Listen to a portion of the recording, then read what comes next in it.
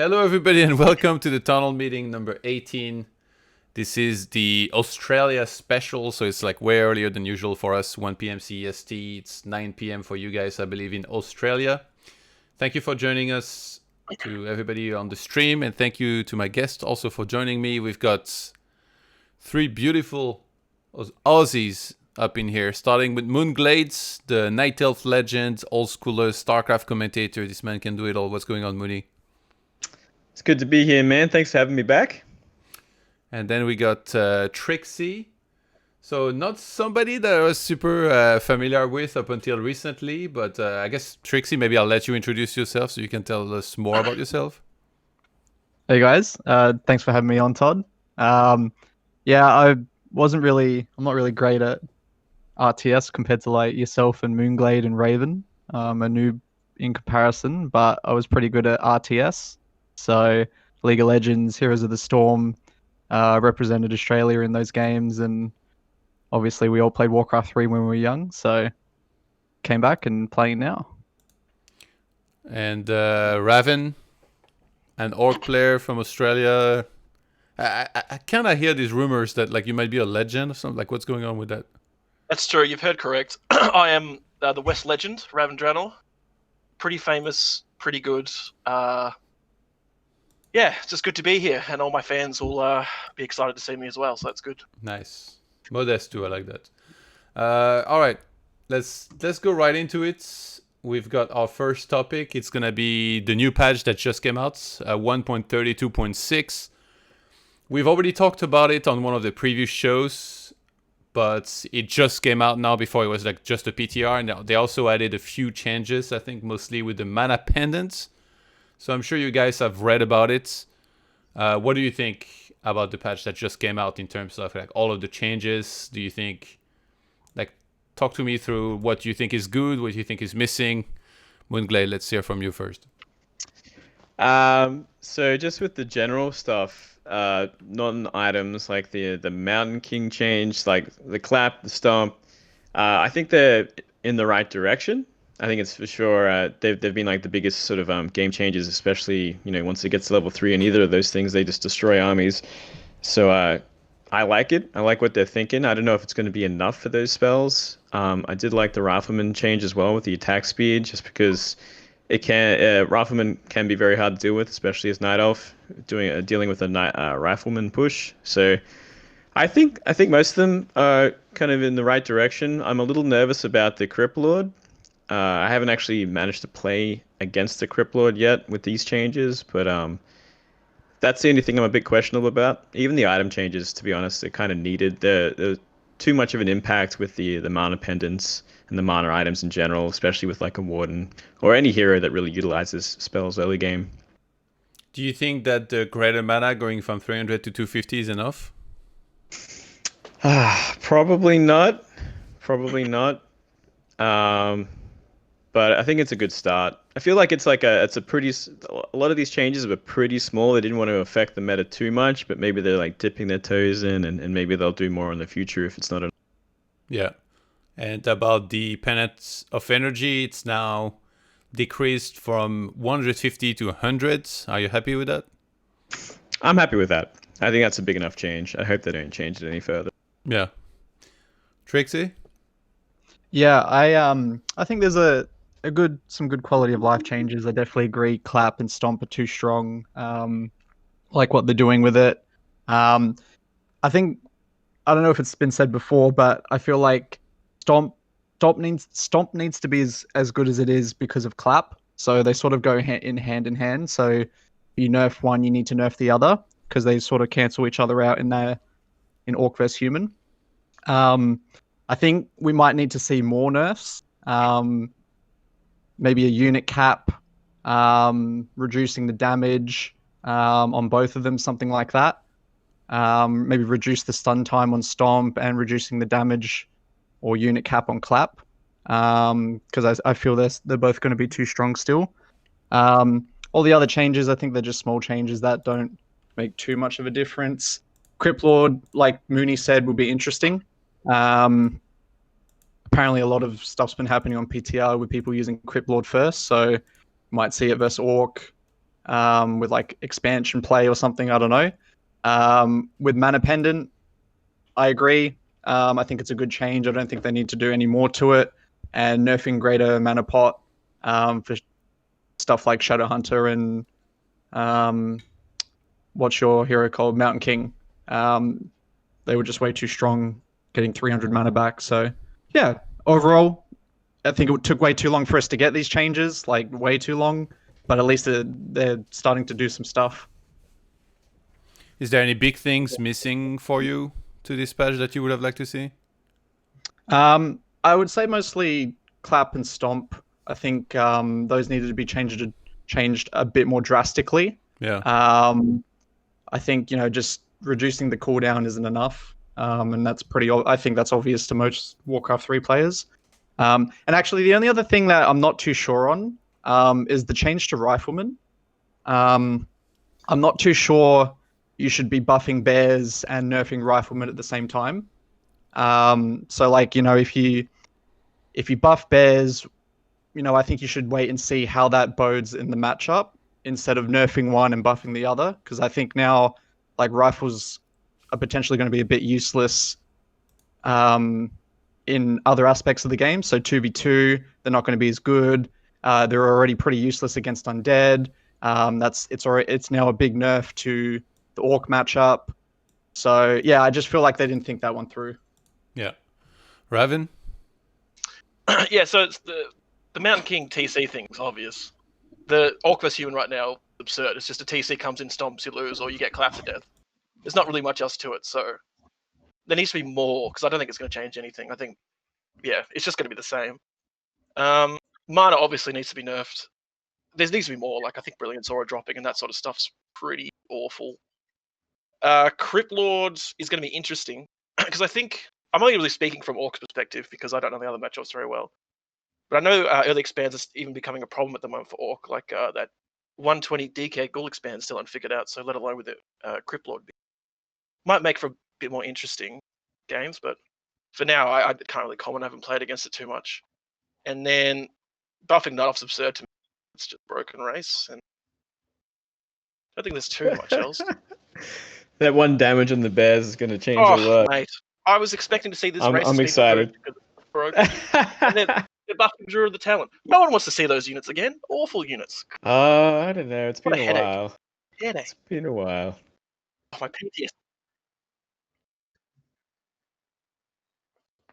Yeah, it's no big deal. At that point, you should have dispelled a hand.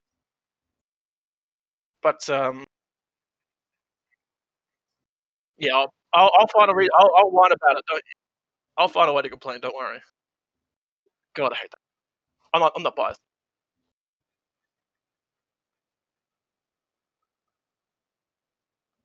God, I had to think about this.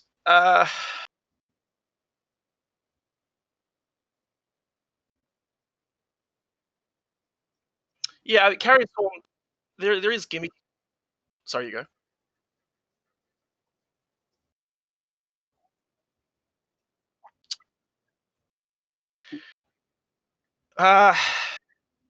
Yes and no. There are strats, like if you abuse it, it can be a pain in the ass, but I think it's pretty necessary.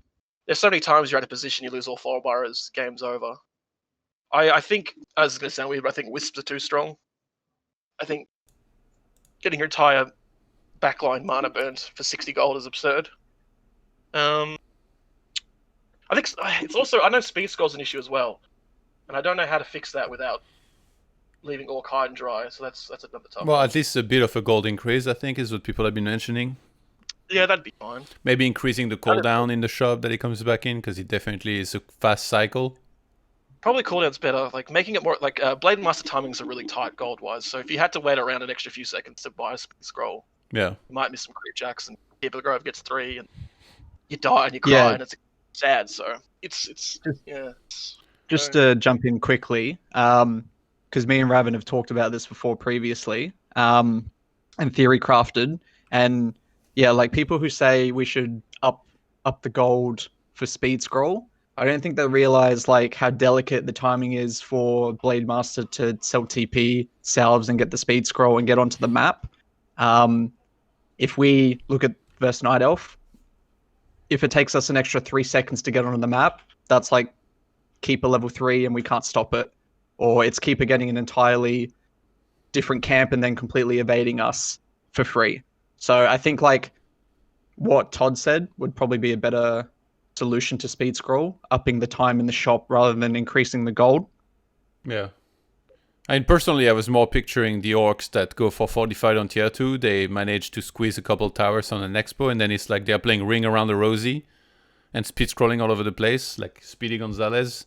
And I can never catch up, and they're killing my buildings. They're wearing me down to like up until the point I have 30 supply less than them, and then they kill me. So they finally put me out of my misery.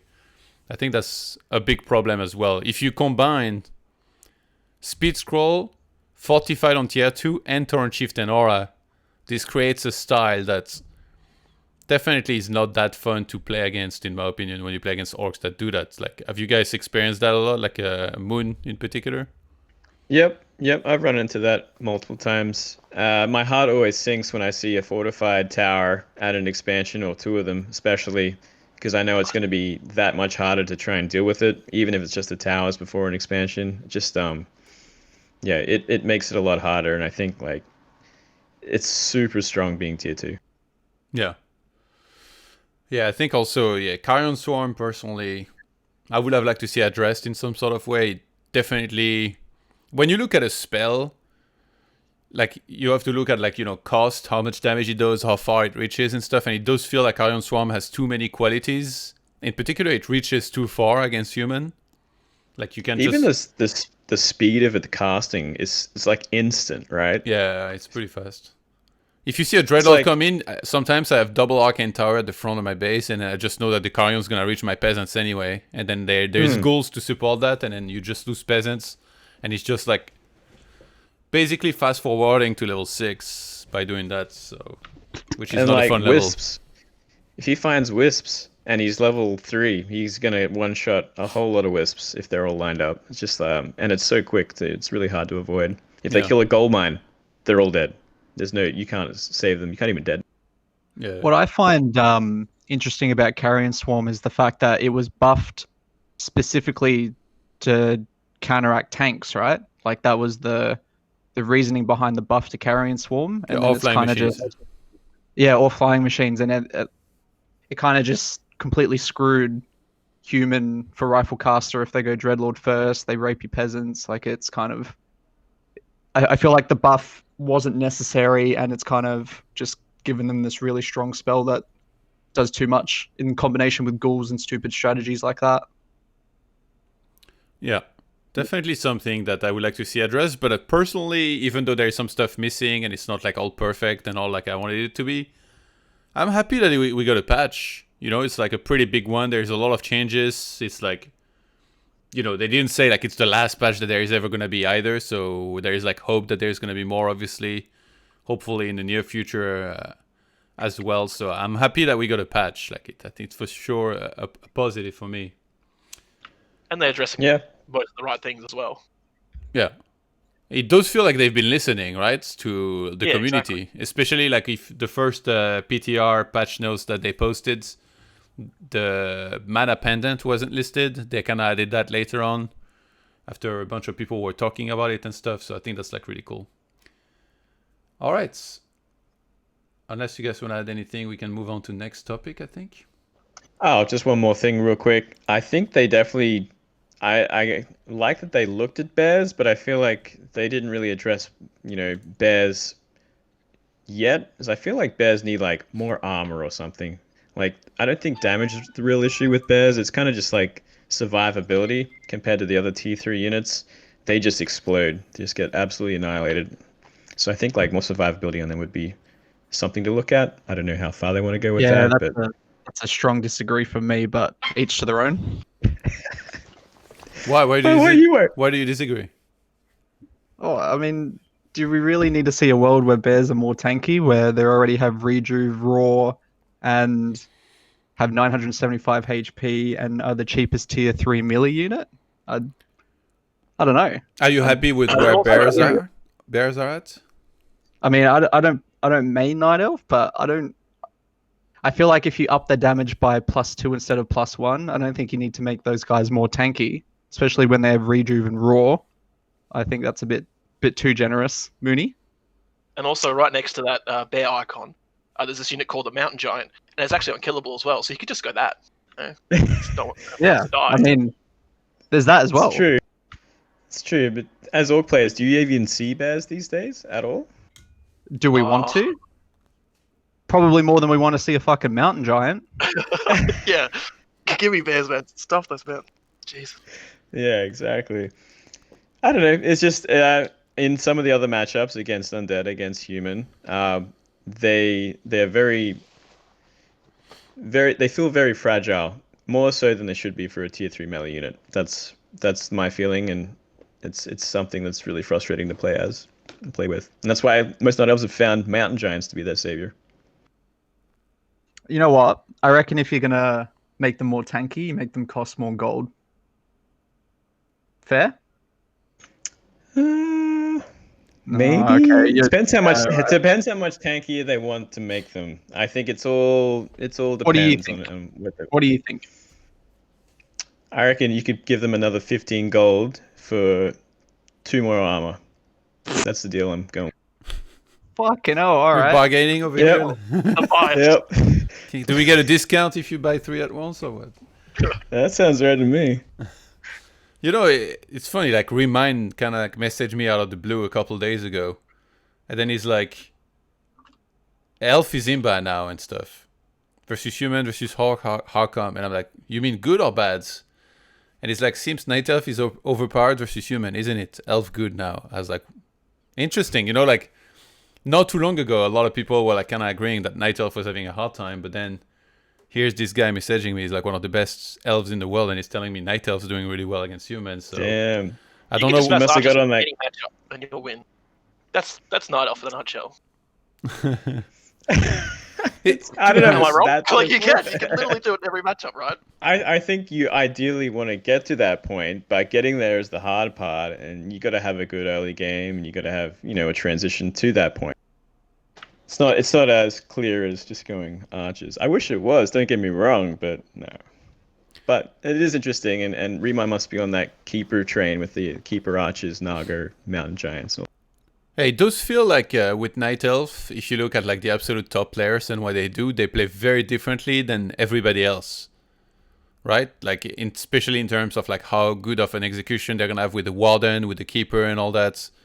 And that always kind of surprises me. Like sometimes it's even like stylistic, because if you look at Undead, all the mid tier or like the Undeads that maybe are not as good as like the absolute top out there, they still play the exact same style as, Happy or like 120, they're still going the same Death Knight, Lich Fiend and stuff. Just the execution and understanding of timings is not going to be as good, but it's still going to be pretty decent. But with Night Elf, it just feels like unless you're absolutely top, from the get-go, you just absolutely fall apart. Like so many elves, they seem to like struggle really, really hard. And I always thought like the answer is right there. Like this, look at these guys. Look at Foggy. Like he almost never loses to like European humans. He just smashes them with Warden. I think there's always a flavor of the month with Night Elf, and it evolves pretty quickly. And the top level Night Elves have a lot of finesse that I think just comes with a whole lot of practice and talent. And that's why you see only the top Night Elves really succeeding, like mOOnGLaDe and Remind and Foggy. It can be very tricky, and it's always like a very careful balancing act when doing all these sort of plays early, with whether it be fancy creeping with Ancients of War and Lightning Shield, or trying to find a way to make a keeper and mass archers effective against human with defend and a mountain giant. A mountain king. Yeah. Do you feel like with Night Elf, do you feel like with your race you go through like waves and patterns, right? So you go through these instances where you guys are dominating, so iteration 1 of a strategy, and then some weeks go by and all the other races start to figure out that strategy, and then one of the top players will start, they change like a very slight thing, but it completely changes the entire matchup, and then that's iteration 2, and then you start destroying again and then repeat. Do you find that? I don't know if it's destroying, but I feel like it's yeah, there's definite waves as to like here's the new hotness. It kind of gets thought out. People are used to it, so you got to either build on that or be really good at it. And then obviously Moon will come back and be like, actually, it's something else now, and this is what I'm doing. And then people will start just adopting that. Um, I definitely think there's waves, but it's also like it's hard to keep up with, especially if it's Moon, because Moon, no one can do what Moon does, but Moon always seems to find a way. Mm. Okay, I think we can move on into our next topic. It's a pretty new one. It's the whole debacle about saying GLHF, saying GG, but like all the whole, you know, congratulating your opponents, like even as far, like if you guys want to discuss that, you know, if you play somebody offline, let's say for example, let's say you win or lose, do you think that the shaking hands is important? Who do you think should be shaking hands, the winner or the loser? So I'm curious about all of these things. Let's start with GLHF and GG. mOOnGLaDe, what's your take on all of this? I guess you're one of those guys that always says them all, right? I mean, it depends. It depends on the situation. Are we talking purely lands or are we talking online as well? Everything. Ladder. Everything. Okay, so ladder, I won't say anything until GG, and if it's someone I know or if it's a known account, I'll say GG. If it's Netties and me and a Smurf, I won't say GG unless it's someone I know or they know me. If it's LAN, I'll say good luck, have fun, and GG. I think that it's better for the loser to shake hands than the winner, because sometimes the loser needs space at a LAN, but it can also be depending on the context. Is it the finals? Is it something important? Are you friends? But I always, at the very least, try and keep it matter. Like don't want to insult anyone, so I'll say GG. Have you ever snapped though? Like, fuck yeah, dude! You kidding me? No, you said Gratch douchebag to me once in StarCraft 2. Do you remember that? No, I don't. Yeah, I played through the tournament. I was Fido, and I won, and you whispered me Gratch douchebag. Oh, there you go. There you go. I was really That's one of my weak moments. You were my hero. You said that. I apologize. If somebody doesn't say I probably GG, deserved it. are you offended, mOOnGLaDe, if somebody doesn't say GG before leaving? No, it kind of gets me excited. I'm like, ooh, got him. It makes this with the win even sweeter. Yeah. But what if that person never says GG? If they're known for not saying GG, then I don't think it's a bad thing. You know what to expect. I don't think you don't need to be assaulted by it. I think, it's fine. As long as they're not saying fuck you cunt when they leave, like I think it's okay. Cheeky. Okay. TrickSy? Yeah, I think from my experience at LANs, like when I went overseas for LoL and HOTS, I think it's just when you're interacting with people in person and you don't have like a real grudge against them, it's just mannered to shake their hands and say GG and good luck, have fun, and that kind of stuff. I think especially when you're at a LAN, I would agree with Glade where if you're the winner, you should go over to the loser and attempt to shake their hands. Because I know if I lose, I don't want to get up and walk over to the winner and shake their hands. Like, that's fucked. I'm angry that I lost, right? So I think it's a bit more mannered if the winner comes over, and if you're the loser, if you want to shake their hand, you can. If you don't, that's fine. In general, I think anyone who gets mad about people not typing GG and ladder are fucking retarded, and they need to grow a set of balls, because who cares? It's ladder and we all lose games and get frustrated, and if we don't want to GG, then who gives a fuck? And I have been known to do the little ragey on ladder and call people lucky noobs if I'm not in a... Our lucky noobs is not offensive, though. Lucky noob, yeah, but, you do it. Lucky noobs, it's fine. But it's just ladder, like, who cares? If it's an online tournament, it's up to you. It depends who you're versing. A little bit of bad manner, a little bit of lucky noobs is always good in a tournament, spices things up. I think people take things a little bit too seriously, and they just need to relax. And yeah, just don't get offended. Why get offended? We're fucking playing video games. Like, if I don't say GG and I call you a noob, well then just rate me the next game and say GG noob. You know, create some spice. Ravin? I couldn't care less about manners online. I prefer when they don't GG because I think they're angry and it makes me happy. I think in tournaments, it's pretty important. Like, it's a tennis game, you shake their hands, and I know it sucks when you lose and you're frustrated, but it builds character to go over and like admit you've lost, and I think it's pretty important there.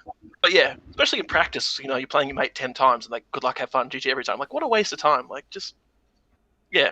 Online, I don't really care, but tournaments, yeah, bit of respect. So is that what you do yourself? Like, you don't GLHFGG on ladder? No, I'm very mad at online. If you play Orc, Human, or Undead, you probably get nice RavinDrannor. If you're Night Elf, you don't get any. Maybe a bit of a jab in there as well. I had a go at Hunter the other day. I said, do you think, what did I say? God. Do you think WoW I outplayed this Orc? WoW, my race isn't balanced. Go. I also think there's, for mindset in tournaments, saying GG can be important for getting over a loss. It's kind of it's giving yourself an admittance, like, yes, I lost. And I feel like if you're in a best of game and you say GG, it can mean more for you than for them moving forwards. This just might be me in terms of dealing with my own frustration and anger. But if I can say GG, well played, or just GG, I'm a far less salty than if I just don't say anything. You know what? I'm like the complete opposite. If I just type GG and I don't tell you you're a noob, or if I don't type lol or something like that before my GG, the frustration just like sits in me. Like it's like it just sits in there and it fucking boils up, and I just tilt the next game, right? Yeah. So I feel like, yeah, I'm just the complete opposite. If I don't let out my frustration, I just tilt the next game. And I think you know this, Glade. There's been a few times where we've had like a really, really close game, and I just can't stand typing GG, right? Like I've just got to put in my 2 cents about Night Elf, or I got to write lol before my GG. Like I've just got to do it. So you know, yeah. Those games, I think I've got you rattled more than ever though. So I'm like, ooh, he's saying something. I think he's a bit. Yeah, look.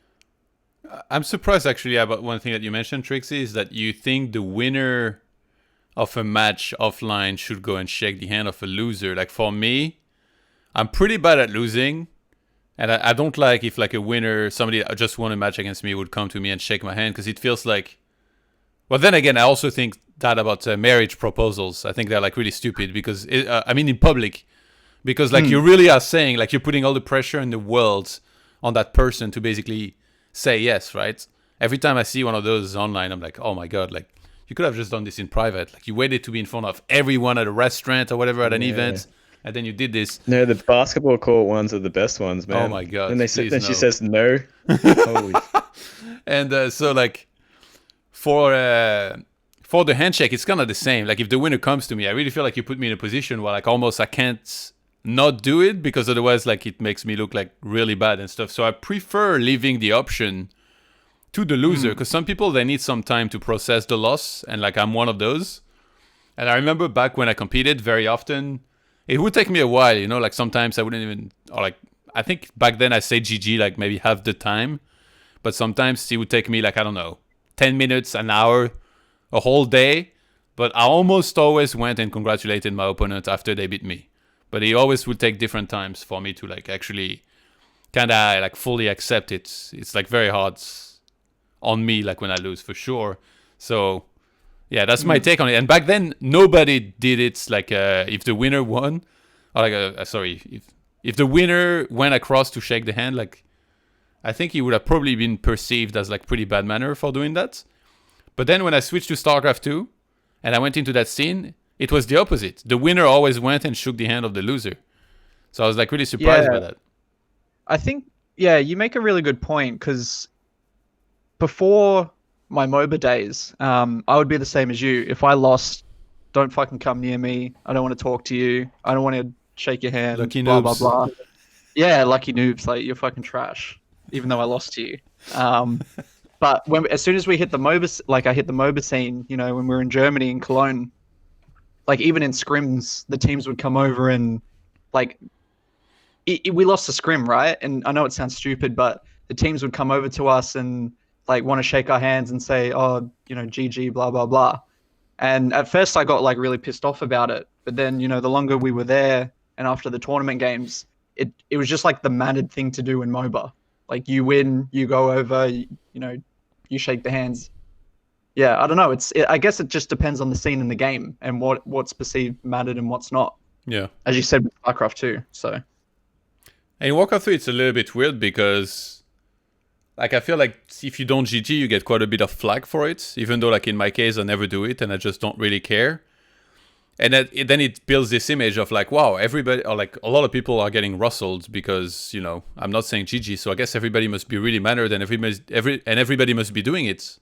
Everybody must be saying GG. Everyone's bad-mannered. Yeah, and then you play on ladder and, you know, and I get called like big nose, like some guy tells me I work at McDonald's and stuff, and like I'm like, this is weird. This is a little bit contradictory. You know, on one hand you got the community that gets annoyed because you don't say GG, but on the other side you get like all of these guys flaming you and like nobody's batting an eye because they're not as known. So there's definitely it's not so much the no GG. It's the other things that people say that gives people that reputation. Like no GG, people like whatever, move on. But when you sort of have a go at your opponents, and that's when you build a reputation. Actually, I don't think so. I think like no GG or like not saying GG is a pretty big thing. That's like seen as like unsportsmanlike in the scene by a lot of people. Yeah, I keep hearing that. Just on ladder. That's weird. Yeah. Like even if not saying GLHF, like a lot of people talk trash if like you don't say GLHF, they get like really mad. Paladin keeps getting mad, yeah. He keeps being mad and like flaming me and stuff, and like, and also like he takes it up a notch as well because he's making fun of my physical appearance. Like he says like no, he calls me nose and all that stuff, just because Paladin, the Polish player. Because I don't say GLHF in the start. I don't like chatting in games, in particular in the start. That's fair. So it's really, really weird to me. No, actually, never mind. I'm not going to say that. Go on. No, I'd stop myself. No, but I agree with you, Todd. Like, it's ladder. Who gives a fuck? If it's tournament, all right, fair enough. You know, a little bit of respect, as Raven said. But ladder, no one should give a fuck about what you do. IMO. I mean, even good luck at fun in tournaments is not necessary. I don't think anyone should be offended by something like that. GG and shaking hands is the most important. You know, if you really think about it, right? Why would you want to give good luck to your opponent? Why would I want Raven to pick up 5 claws plus 6 and me rings plus 3? Right? It does every time, by the way. But you know, I'm not going to say why would you give someone good luck? It actually doesn't make any sense. So I agree, not typing's better. Yeah. Okay. Let's move on. Topic number 3 is the Cups and tournament news. And the first one is something that you guys actually have been working on. It's the Zero If Effort League that's you guys announced recently. So usually this is where I read through it and stuff, but now that I have you guys here, I guess I'll let you talk about it. Who wants to go to explain, to break down everything about this league here? Yeah. If you want. Oh, you can go, Rav. You can. This is ZE Cup, aka Cruncher and Hitman Not Invited. This is basically, it looks like the best people in the region besides, yeah, those two. It's a crowdfunded prize pool. I think we're up to 700 now. Yes, that's right. I think you've probably got the brackets on your stream. Yeah. Yeah. And so sorry, continue. Oh, there you go. That's fine. How did the idea come about to have this happen? Well, this is started by Nick and Charles, who were Say So and Seron. We just wanted more tournaments for Australia. It's such a small scene, and all we have is Dust League. So we thought, stuff it, we'll try our luck and see how many people show up. And at the moment, the scene's a bit stale because Cruncher and Hitman obviously dominate us. So it's a bit of fresh air. A lot of people showed up, and it looks like it's gonna be a really fun tournament. And hopefully, people enjoy watching it. It's actually and a lot of it's player funded as well. I think it started with like $100 from Saren and Say So, and then some other people started chipping in, and even during the qualifiers, some more people donated as well, which got it up to 700. So it's been I think a real surprise that especially for those guys that started it, that it got so big, and but they're super happy with it, and it's been really, really positive, and it's been really good for the scene, I think. Yeah, I think Say So and Seron, you know, when talking to them about when they were creating this, they actually did say that they appreciated Dust League because it gave us something to play in and qualify for, and they sort of wanted to give back to the NA scene and the NA players. So that's why ZE Cup was made up. Yeah. So Zero Effort is also a team. That's us. Yeah, so that's the main ANZ competitive team. So why is Remind not in this then? He is. He is. Oh, in Oh, the you mean the tournament. E Cup? Yeah. He's ELO. So there was an ELO cap, and he's too high. Oh no, so... you didn't. Isn't he like the Yeah. only one that couldn't It's not play? my idea, man. Not my idea. I promise you. Isn't Remind the only guy that couldn't play because of the yellow cap? Or I'd kick him out of cruncher. And Cruncher and Hitman. oh, that's okay. That's pretty sick. You know what though? Like let's real talk here, okay? Cruncher and Hitman are way above everyone else. And there's been like how many Dust Leagues have there been now? Like fucking 4 of them. Finals have been in all There's five. been 5, and like they're in the finals of all 5. Like we get it, you guys are the best. Hitman or Cruncher, they're gonna win the money. So we just wanted to see like an NA tournament without those two, which I think is going to be pretty hype because like now it's like, is Insup going to win? Is someone else going to upset? Like I think it's a lot more interesting than just knowing, you know, Cruncher's going to 3-0 everyone till Hitman, and Hitman's going to destroy everyone until he sees Cruncher. So yeah. Yeah, and I guess thing to note as well is, you know, the 2 qualifiers have run so far, so we've got the populated final bracket for the tournament, and the tournament's, was it this weekend? It is. Is it this weekend? Yeah, it is this weekend. So that should be pretty hype. Yeah, some really good matches all the way through. I'm pretty excited to play. Who are you playing? Oh, we got Ryan. Ooh. Easy game. Easy clap. I don't know. We'll see. I'll bust out the keeper and archers and see what we can do. Balance. The +1 damage bears. Monstrous. You got the Yeah. brackets on the. Yeah. You can see the brackets there. Yeah, I mean, just going through all the matches is I'd watch every single one of them. How are you feeling about your matchup against Believe, Revan? Well, It's your favorite on the one hand, it's favorite Believe. race. Yeah, on the one hand it's Believe, so I'm confident. On the other hand, it's Nardos, so I'm petrified. So Fair. he's a pretty mannered player on ladder, though. He's one of those guys that GGs every game and doesn't give me a wall of text on why he lost. He does. Who am I kidding? Either way, it should be fun. I'm super Yeah, I'm keen. looking forward to it. Last tournament I lost, I went AFK for 2 weeks. I was so upset. So hopefully I'll do a bit better here. Yeah. Hopefully it goes a bit smoother. Okay. And my boy F Champ Ryan, by the way, is in this tournament. Yeah, man, he's yeah, up he against me. qualified through the ladder position for pad ladder. Sorry? He qualified through the pad ladder. We had 3 Yeah. Warcraft champions. We had Acreate, Divine, and F Champ all got through the ladder position. But I see he's replacing Sonky. Yeah, I think he had a family thing to go to. Family thing to go to instead of playing a big money tournament? Come on, dog. Oh no, big noob. But it's really cool to see more tournaments like this, and there is a bit of downtime for sure between Dust Leagues as well, so it's like a good opportunity because now Dust League already concluded. So it's pretty exciting. Why this format though? Like double brackets as opposed to like groups? Can't tell you. It's the tournament. That's just what they decided. Maybe a bit more exciting. It's going to be a long day. Wait, think we're everything's only in doing one 4. day? No. I think we're doing quarterfinals, and then losers round 2 brackets on the first day, and then I think we should the second. Yeah, so it starts this weekend at 3 a.m. Central European time. So I guess for you guys it'll be evening, and I guess it'll be evening as well, kind of in the US. So good time zone for you guys in the US. Tough one for Europe, but you know what?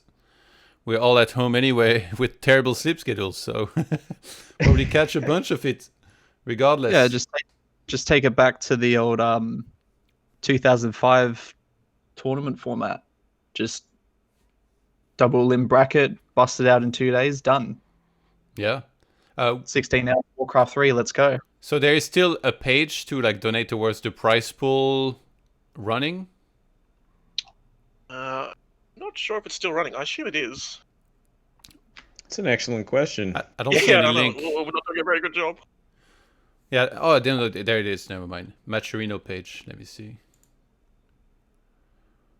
So usually when there is a Matcherino for a tournament, it stays up until the tournament concludes. So if anybody wants to support this, head over to Matcherino, and then it's Z League Season 1. And currently it's at $700, and yeah, if it can build up a little bit more, why not? For some of these guys to win some cold hard cash, some dirty sports dollars. Oof, it's been a while. Up next, we got the ESL Championnat National, so it's like the French EPS basically, which just concluded. We had the playoffs take place just a few days ago, and Sides, without any surprise, really, I think, was able to win the whole thing against Krav in the finals with a 3-1 score. So congrats to him. I assume you guys probably didn't catch those games. I mean, it's Undead and... No clue. No, missed these ones. Yeah. How come you didn't get to play, Todd? Because I live in Germany, it's like it works by region. Ah, okay. So I play in the German one, which is actually up next. But yeah, congrats to all these guys, Side, Sed, Krav, and Cornox for making top 4 and winning some money. The German version. Sorry? Just quickly, Todd. Who is that Night Elf player that came second in the group stages? I've never heard of him before. Do you know him? Let me see. Sadi? Oh, Sadi? yeah, Sadi? Sed. In French, we say Yeah, Sed. who's he? He's just like a up-and-comer guy. Actually, I don't really know him. Okay, literally, I've never seen it. I've seen all the other names, never seen him before. He plays a lot on the W3 Champions ladder, and he was like pretty high ranked for a while. And he's a very resilient guy. You know, he doesn't have like a crazy win rate and stuff, but when you meet him, to actually beat him and kill him, it takes a lot of effort. He stays in games a long time. He tries to find a way to come back, and he's improved quite a bit actually. I thought he might be able to do better in the tournament, but I think Side and Krav are still like the two best players living in France right now. Yeah, definitely. So then we have the German version of EPS called Meisterschaft with 8,000 euro on the line, and it's big groups, like, so it's 6 players group, and then it's a round robin where you play everybody twice. So that's a lot of play days. So Playday 2 finally started yesterday. Spiral beat Drunken, I beat Long Walk, 1 beat Mago. And then tonight is going to be Group B with Edo versus X-Lord, Toxie versus Pokey, Ante versus Joker. I feel like in Group B it's kind of straightforward. You know that Ante and X-Lord are very likely to advance. It's more about like who's going to take third.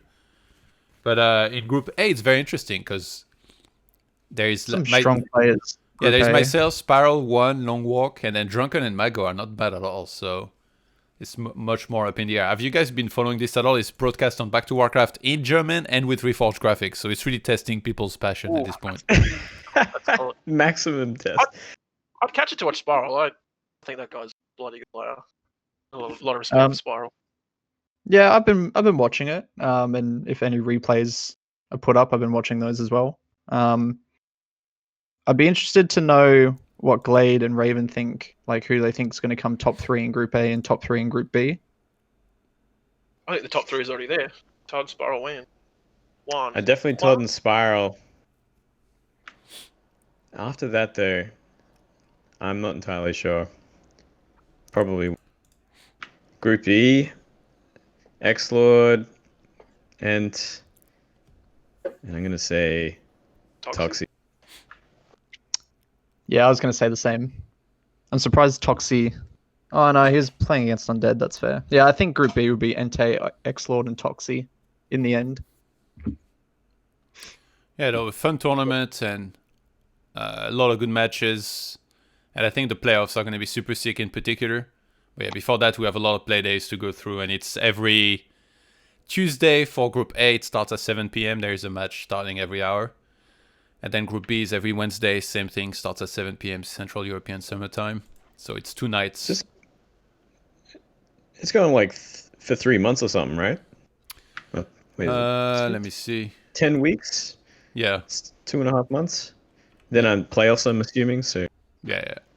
it's a big one. I don't think there's the date yet exactly for playoffs, but yeah, I mean, initially the playoffs were supposed to be offline, but now with COVID and everything, I'm assuming there's a good chance it's going to be online, but we'll see. Yeah, nice fun tournaments. Again, it's on Back to Warcraft every Tuesday and Wednesday, starting 7 p.m. in German and with Reforged graphics. So bring your passion with you. So yeah, speaking of Spiral, he just took part in another fight night. He was the previous champion, beating the Muslim, I think. Oh no, he beat the Muslim, then he beat Kevin. And this time he was challenged by Vortex, and Vortex won 4-0. That's very surprising, actually. I didn't even see That's this. crazy. Pretty, yeah. And so the VODs are available on YouTube. If you're an Undead player, you're probably going to want to watch that, because Spiral is pretty good against Undead. He took Happy to the limits previously, and now Vortex just kind of aced it. So it's on YouTube. Heroes Hearth, I think, is the channel. If you guys want to watch it, I'll have a look myself. He mixed in different third heroes. Like, I know that Vortex really likes the Creep Lord. This was before the patch came out. But there was even a Tinker in there on Twisted Meadows. Oh, wow. He's got a Crypt Lord in there. Yeah, wow. Definitely going to watch those games. What? Do you know what army Spiral was on when he went Tinker? Have you seen the game? No, it's Vortex that went Tinker third. He was up 2-0. It was Twisted Meadows' third map. Shadowhunter second for Spiral. So I've seen like Tinker against like Wyvern strats, but I don't think I've ever seen Spiral play that. Yeah, congrats to Vortex. He won himself $200, and so he's going to be the defending champ in the next fight night. Not sure yet against who. We got a second different fight night. The fight night, I don't know if it's... I think it says Asia, but I think so far it's been mostly Chinese players. And in this one, it's going to be 15 Sway and Mango playing. That's tonight, actually. I think they're literally playing right now. Yeah, they're playing right now, yeah. We actually accidentally clashed with it. I always try not to book anything over Back to Warcraft, but that was the time you guys could do the show. So, yeah, maybe if we end early and they're still on, I'll host them after. But, yeah, 15 Sway versus Mango. It's currently being broadcast on Back to Warcraft if you guys want to check that out. I don't know much about Mango. Who's hosting it? Sorry? Do you know who's... Oh, it's Heroes Hearth again hosting this fight night. Oh, yeah, it's not on Back to Warcraft. It's on Heroes Earth, yeah. Yeah. So like, for the Heroes Earth, like non-Asia, it's like usually Grubby and Kendrick casting, but now they have this one for Asia, which is Neo and Remo casting. That's awesome. That's really cool. I'm really glad they're doing this sort of stuff. Yeah. I think Mango's going to win, by the way. Yeah? Yeah, Mango is incredible. Very, very good Undead. So 15 Sui is pretty good. Yeah, but I reckon Mango's going to win. Well, have you seen something from Mango that tells you that, you know, you got the insider scoops, like you know the winning horse already, or what? Well, look, it's Undead versus Human, so you know that's already in Mango's favor. And I've played against Mango on NetEase, and I've seen him play against Hitman on NetEase, and his micro it's really good. So I just think with his micro and the matchup, I think Mango will take it out. He's a very good player. Did you know that 15 Sway plays multiple race and that his two best races are Human and Undead? No, I did not. Yeah, that makes him very unlikely to lose here, because I think he's supposed to know exactly how to play against Undead, but hey. Well, we'll see. Yeah, we'll see. Okay, let's see. The Ultimate Cup. That was a big one. $3,000. I think that was supposed to be an offline event initially, but same thing, because of COVID, they kind of transitioned to online. And there was a 16 players invitational tournament with group stages, then into an 8-player brackets where Blade won, Spiral, Cash, Hawk, Foggy, Neutron, Happy made it. And then the semifinals, Blade beat Spiral, Happy beat Foggy, and in the finals, Happy 3-0'd Blades, and in third place match, Foggy 2-1 Spiral. So in like the ESL Open Cups, we always see the top 4 seeds is always Blade, Happy, Foggy, and Hawk, and they always make top 4 pretty much. But that was actually different here, because Hawk didn't make it that far. He did lose to Foggy though, but before that he lost to Spiral. So finally we're seeing that top 4 being disturbed a little bit more, even though the 3 other guys still made it to the top 4. But yeah, Happy, another solid performance. And this guy, every time there is a tournament like this with a lot of money, it just feels like, it's going right to him. He wins $1,400 here in this one. Must be nice. Yeah, it's pretty Must be nice. Oh, that's insane. Still he always gets the better of Foggy. It feels like every time I watch them play, it's always the same thing. They're like, the meta between them seems to change a lot, and they know each other so well because they keep running into each other in these kind of tournaments. But and even that's really fun to watch. But Foggy never seems to get the series. Did you And guys he always comes super close, right? Like, sorry, Todd, but doesn't he always or a lot of the time he always loses 1-2, 2-3, 2-3. Like, it's never a Slowly stomp. getting closer. Yeah, but he just can't seem to do it. Yeah. I don't know if he should be happy or sad about this, You'd almost want it to be less close. Probably pretty sad. Yeah. Probably pretty sad. Lost, right? Raven, did you catch any of these games? No, I'm just happy to see Spiral do well. That's awesome. Well, you're an orc Still player. Why don't you study Spiral's games? I do. Okay. I like some of his styles against Undead, and he's phenomenal against Night Elf. It's pretty impressive, actually. It's unlucky that he ran into Blade, not Foggy, because I think he would have made it to the final. Well, he did lose to Foggy in the third place match, but yeah. Well, that's all. Yeah, that was a fun I thought I tournament. had good knowledge there, but I didn't. Okay, let's see. What do we have next? The ESL Open Cup 18.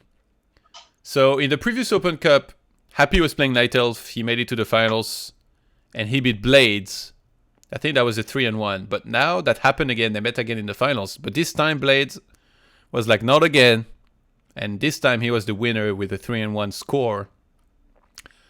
So Happy finally doesn't win one of these, even though he won the previous one with Elf.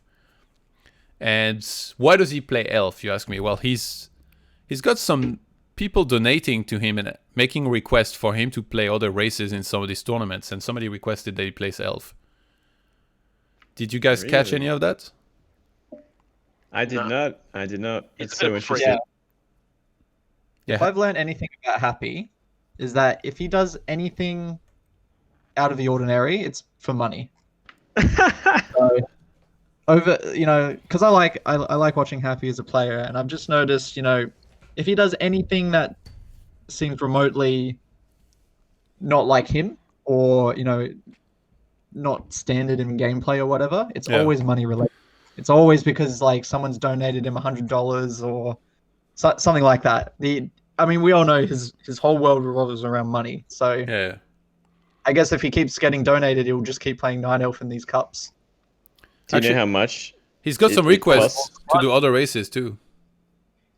Yeah, well, we'll probably see human Happy soon. I think it's like $200, Moon, or something like that. Okay. I don't know exactly. Raven, did you catch any of these? No, I missed this one. They're all a bit late at the moment, so... Yeah. Do you usually just look like focus on the org games, or? Absolutely. My other knowledge of the matchups, I don't know. Don't really care. Yeah. There's too many night-offs in here. I'd be upset to watch this. Actually, Happy beat Kevin in quarterfinals, Night Elf, and he beat Sonic in semi, Night Elf again, which is pretty sick. The No Smoking Cup number 2. What was the name? Yeah, that was 2 days ago. And this was a cup to help raise awareness about, I guess, smoking and the dangers associated with tobacco smoking. So it was one day after the world's No Tobacco Day. and hopefully none of the people that won money spend that on cigarettes. But it was Happy against Blade finals yet again. Crazy, this keeps happening. But this time Happy as Undead. Another swift 3-0, and Happy scores himself $114. Yeah, pretty one-sided finals. I did cast, I think it was like the last 2 games. And in the last game, Blade was actually doing really well, and then he was like, I'm doing so well that I'm going to attack inside of the Undead base. And then he just lost everything. I was like, oh my god, what is going on? Yeah, so that was a bit disappointing. How competitive is he with Happy? He seems to just lose 3-0 against Undead every time. Actually, they've had close series. Yeah. Was Blade drunk? No, I don't think so. Okay. He's scary when he's drunk, man. Jesus. It's terrifying. Just all the time as well, so it's kind of weird. Not a lot of Night Elf in this one, actually. They kind of lost a little bit earlier. There were no, like, super good ones besides Sonic and Neutron, right? Yeah, Roll's very decent as well, but yeah, he lost 2 blades. No shame, of Please course. is pretty old as well. He sits up top 50. Oh yeah, Please was not. Oh, I didn't. Oh, that was a def win. Yeah, looks like it. The tag team tournament number 2 finally concluded. Thank God. Oh my God, that was such a nightmare to schedule stuff. I'm not gonna lie, that took way too long to finish. Hey. Yeah, but like you should have seen the groups with like the scheduling and everything. Absolute nightmare. And then we had ping problems. We had to postpone. Like we played the first match of the finals. We had to play the rest later. But in the grand finals, team Back to the Lobby defeated team number 1. So that's Insuperable OC and Kiwikaki. They won against Neutron Spiral and won with a 2-1 score. And yeah, apparently NA 2v2, best 2v2. They really mastered the massing, I guess, strategies, right? Because they did a lot of like OC's always massing hunts. OC's always winning both of his 2-on-2s. And he literally has one build that's Keeper into hunts. And he just masses hunts and entangles everything and then surrounds everything. And they just keep winning. Did you guys catch any of this? Yeah, I watched the entire series. What about you, Glade? I watched bits and pieces. I didn't follow it too closely, but I'm always interested in learning more about 2v2 and the ways of the Keeper hunts. I like there's like a lot more focus on 2v2 nowadays. Like even in the leagues we play, it's like quite important. So it's good to have stuff like this. Yeah, especially it's actually like, I don't really know cool. why NA2 is so good. Like I think even Hitman Crunch a bit like Focus and I can't remember who the other bloke was, but there were some good teams in that cup. Like I don't know. I think they beat Fortitude and Xiao KK, who won the previous team league, like or like 2v2 tournament. Yeah, they were considered the best 2v2 team in China, right? So yeah, or in the world basically. I mean, if they won the previous tournament, seems like they know their stuff. Are you going to organize another one of these, Todd?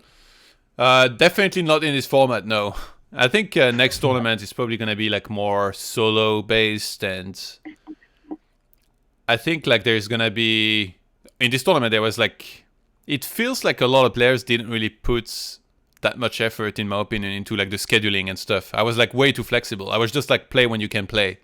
And then some of them were like, I see them streaming every day. They're supposed to be like full-time players. And they were like, yeah, I can play Friday at 2 p.m. And then somebody's like, no, but I have work at this time. And they're like, yeah, that's the only time I can play. I'm like, are you kidding me right now? And then it's 6 players per match as well. So it was absolute hell. So to be honest, I'm pretty pissed off. And like, I think it's going to be a vastly different format next time I do a tournament, and there is not going to be nearly as much flexibility, if any at all. It's just going to be like, it's at this date. If you can't play, don't even sign up.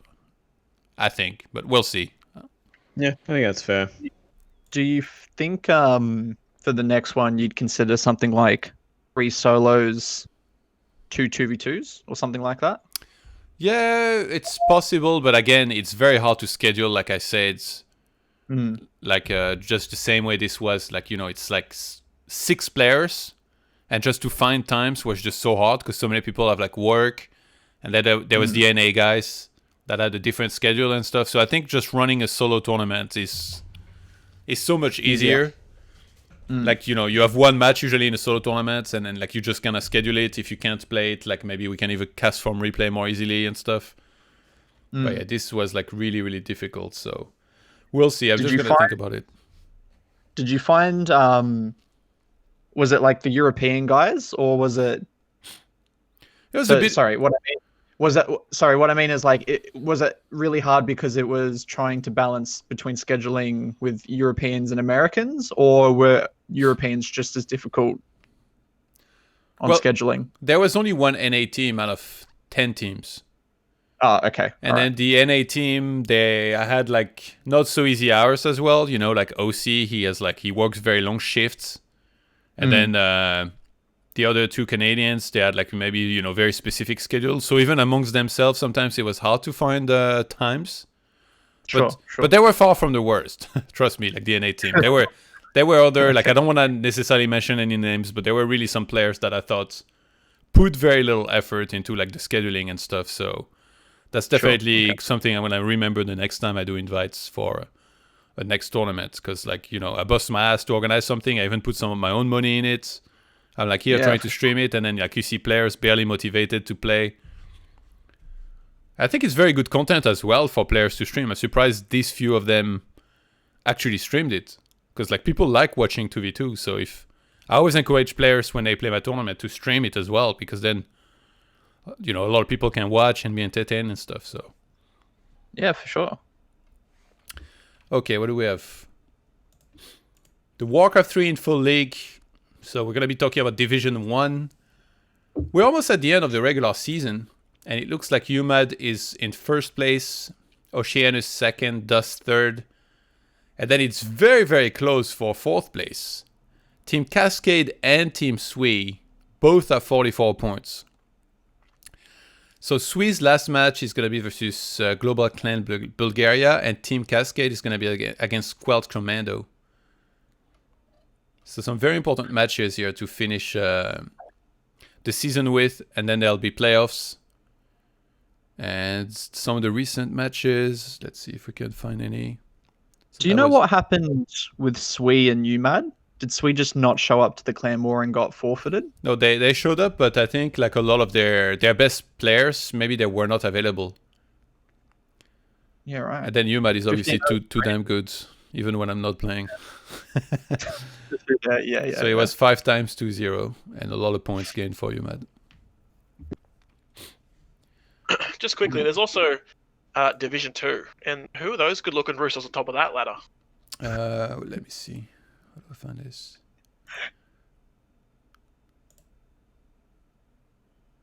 Here. Oh, 57 points. Ooh. Good players there. And when you guys played against the second team, wait, what? Thunder is playing with you guys? Yeah, he's our best friend. Yeah, look at we go out drinking all the time. I swear to God, he's not. Look at the little Murky McMurk that Clan Fra decided to pick up. You also have a Korean. What are you talking about? You can't use that word. Hey, you know what? I'm going to lay it down now, okay? We were Clan Hype before Clan Zero Effort, okay? We're friends with Thunder. He was a founding member of Hype before we were Clan Zero Effort, okay? He went to my wedding. He is not a merc. He is a part of the team and community. Soin is a merc because they recruited him 4 hours before this clan war because Satan is a salty little fucker and was mad that we had Thunder, and he really wanted to win this clan war, and they still got fucked. You feel very passionately about this, huh? Yes, because Satan is a bad-mannered little shit, and after he lost the clan war, started whining, asking why they have to play on 200 ping against us when we also get 200 ping. And yeah, I just don't like the guy. He got fucked in his clan war. He recruited Soin, one of the best orcs in the world, and still lost. He's a shitter, and we fucked him. Very elegantly put. Well done. When I hear stuff like this, I'm like, I want these leagues to bring back statements of pre and post match. I think those are like so great. Just to see like stuff like this. I don't think ZE would get trickSy to write them though. Maybe just he can work on the Twitter com, you know, like make the statements there. But yeah, like, no, it's good to see you guys doing well, and it looks like there's only also one play day left, so you guys will play against VVV. and Fry will play against L7. You guys know exactly how it works for the playoff? Like 4 teams advance and then it's like semi-finals, right? I guess 1 versus 4 and 2 versus 3?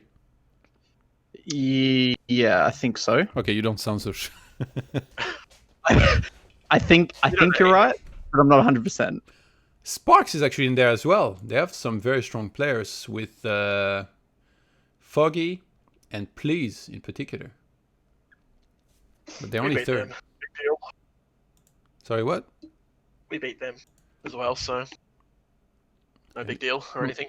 Let me see. It's really No, we good. didn't. Oh, we lost. I'm an idiot. Don't worry about me. Continue. Yeah, we got fucked. God. Why don't I think Actually, we won that? only Thunder won. Yeah, I remember I was in that one. What a good merc. The best. They have a good lineup. I think Rigade is good as well. I think they practice a bunch for the 2-on-2. Hey, trickSy, you played. You lost the 2-on-2. What happened? Yeah. But look at every other clan war. Okay, you won the other 2-on-2, but yeah, what happened in this one? Yeah, well, you know what? Things happened. They got lucky. What can I say? Lucky noobs. Lucky news. How easy is it to play with Sweets in 2-on-2? Oh man, you know what? I can tell you what. Sometimes I just want to tell him to go fuck himself. We're playing a game. You know, we might be losing a little bit. All of a sudden, everything's my fault, and I just want to tell him to go fucking jump off a bridge, and then the game ends, and we're friends again. It's a constant cycle of love and hate, Todd. Yeah. Tell you what. You know, whenever there's 2-on-2s happening, he's always in the chat typing like he knows everything about everything on 2-on-2. I'm always like, oh God. man, he is the biggest backseat gamer. Biggest backseat gamer I've ever met in my life. Biggest backseat ally gamer. But he means well. I love him. You need some of them sometimes too. Yeah. Okay. I guess it finished a while back, at least the regular round robin, but the Warcraft Team Gold League 2020 summer season, so the 120k tournaments, with 8 teams in the playoff. So that's ELL, War Warriors, LP Club, and Rise Again advancing on to the next round. Have you guys been having fun following this? It's usually broadcast on Back to Warcraft with reforged graphics, I know, but I think it's been fun, right? Yeah, we tried to qualify for this, didn't we? Yeah, you guys got wrecked. Well, that's harsh, but we lost. Yeah. But yeah, it's a prime time for us, so it's always good watching it at night. I try and follow all that sort of stuff. Yeah. What about you guys? Yeah, like the Korean Chinese is a really good time for us. So we get to catch all that. It's the EU stuff that's hard for us to catch because it's quite late at night. Do you guys have any predictions for the playoffs?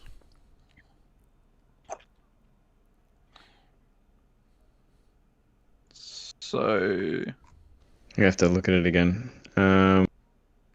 let me have a look. I think if we look at like the points, Team ELL, so that's 120. Lin Lolai, they finished with 15 points, and then Rogue Warriors, TH in Fifth Fly, they finished with 12 points, and then behind that the next 2 teams, LP Club and Rise Again, at 4 and 3 points. So I think it's very clear who the 2 favorites are to make the finals, right? Yeah.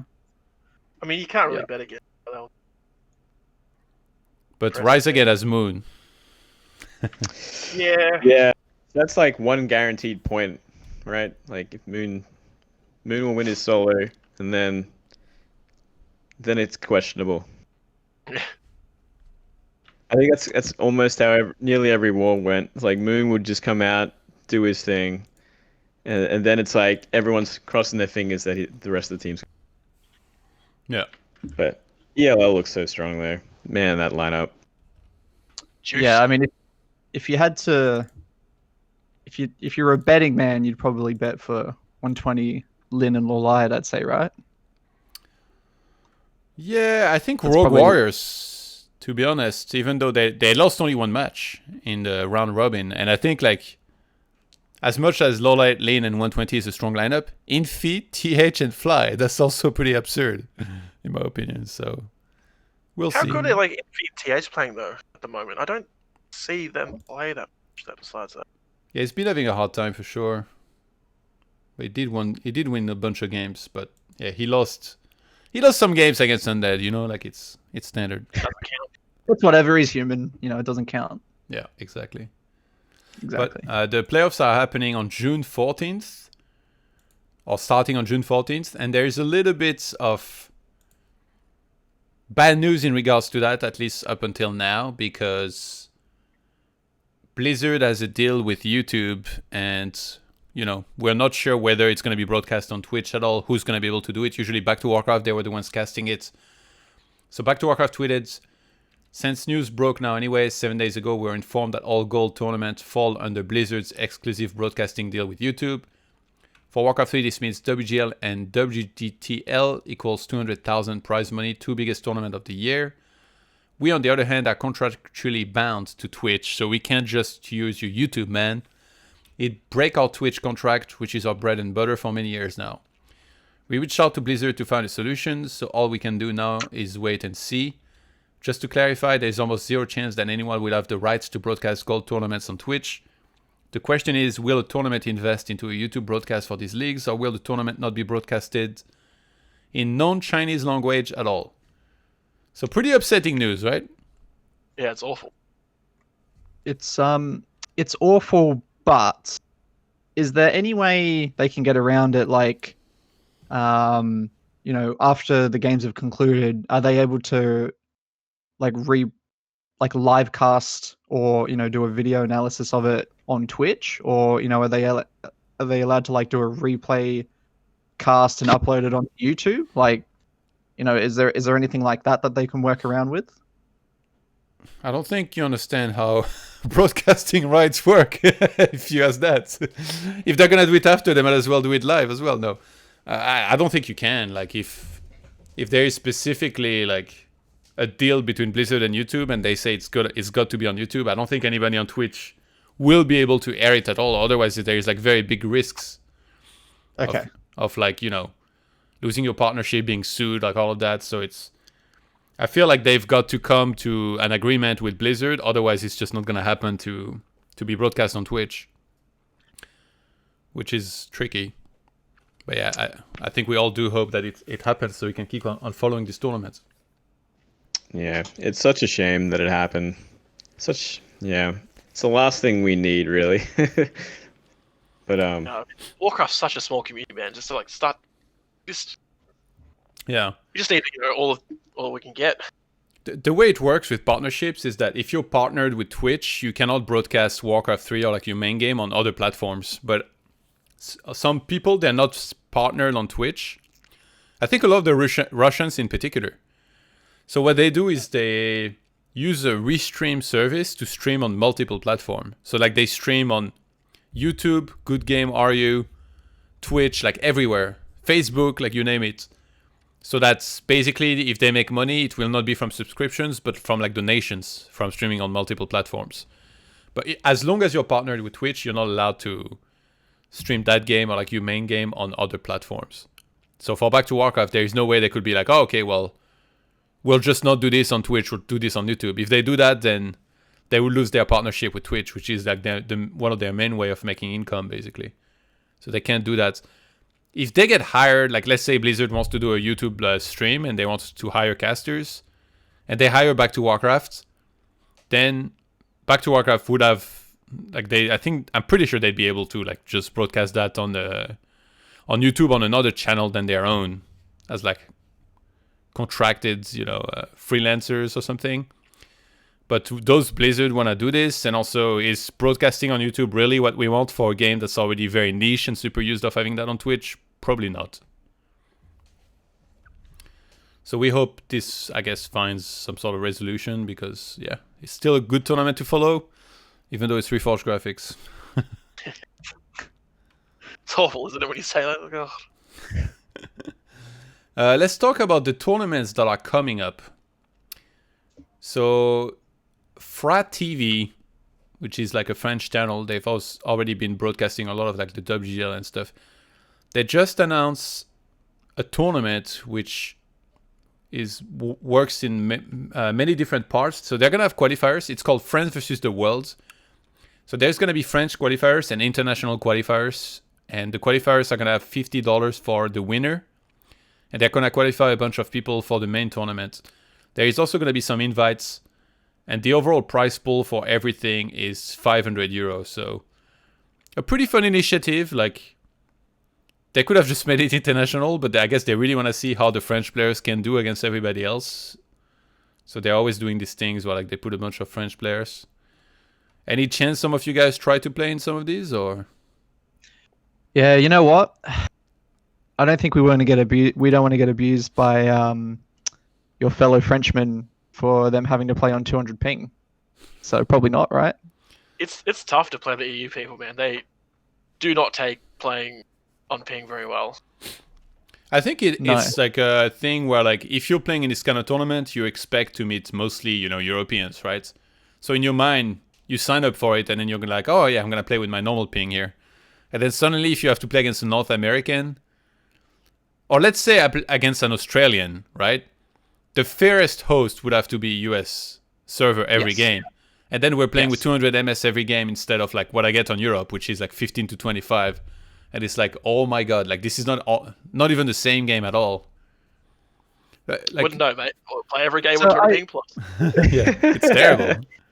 I don't disagree, but I feel like if that is such an issue, don't open it up to allow us to sign up, right? Yeah. Well, I guess it depends on this tournament's rules as well, right? Maybe it's like all games will be on a European host, or it'll be all games on a neutral host. It really depends on the tournament.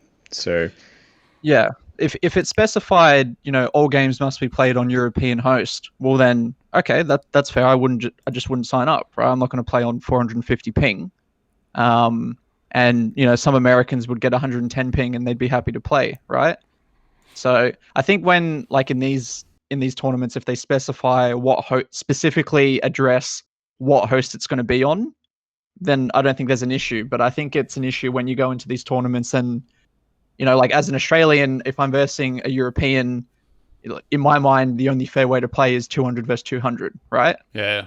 But then they try and pull shit like, oh, we'll go on NA one game and then the next game we'll go on a European host, and that's like, well, no. Like, that's 200 for me one game, and then 450 the next, and you're going from 200 to 10. Is that Satan you're talking about? Or? Yeah. But it's just, I think it's just in general, like in our experience in Warcraft 3, like Europeans, I'm generalizing, but Europeans are very demanding with ping and host. And I think entitled is the word you're looking for. Yeah, entitled. And they always feel like, it always needs to be in their favor. And they don't think 200 versus 200 is fair because they're like, oh, well, you guys always play with 200 anyway, and we're used to 30. And I'm like, yeah, okay, I understand that. But, we're playing a league or we're playing a tournament. It needs to be fair, 50-50. And they just find a way to argue against it. So I guess the point I'm trying to make is with these kinds of tournaments, as long as it's stated in the rules what the host is, then I don't think there's an issue. But I think there's an issue when you don't have it in the rules, you sign up, and then there's arguments and you have to deal with it. So, yeah, I don't think they shared the full rules, but I see the Frat TV person in my chat saying we're working on this problem. So I guess clarifying the rules. We played one EU team that made us pause at the start of the game, screenshot our ping, and then put it in Discord before they'd play to prove that we have awful ping. I was like, this is mental.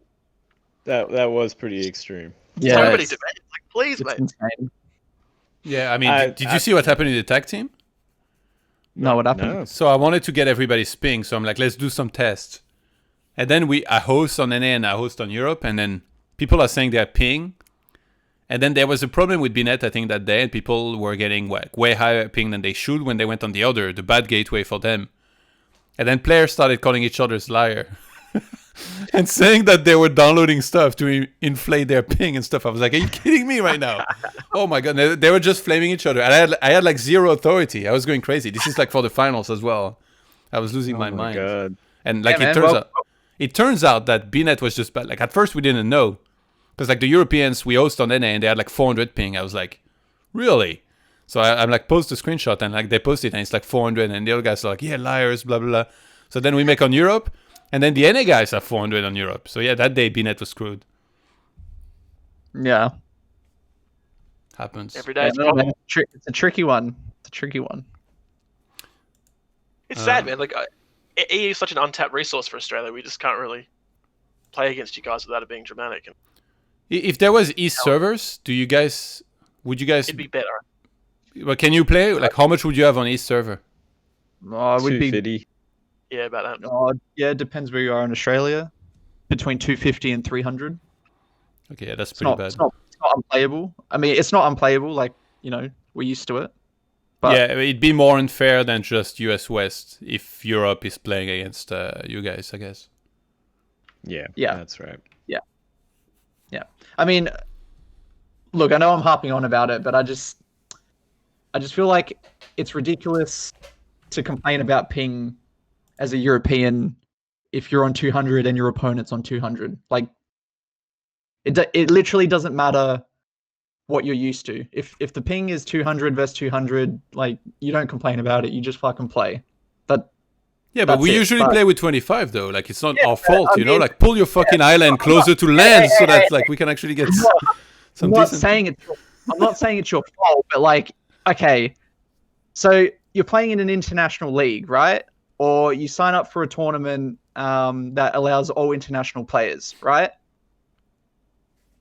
Yeah, sure. So, and you look at all the people who are signing up, and you see some fucking Australians or whatever, right? Surely, you know, you're going to have the intelligence to realize that you're going to have to play on an American host against them because that's going to be the only fair way to play, right? 200 versus 200. Well, usually they You will know- lose before they get to me, but yeah, maybe. Yeah, well, all right, that's fair. But, you know, like, I think it's just I'm gonna eat ridiculous. those words if I meet any of you. Hey, mOOnGLaDe's gonna come and rape you in the tournament soon. Whoa, I don't my use God. that word. Okay, all right, he's gonna destroy you.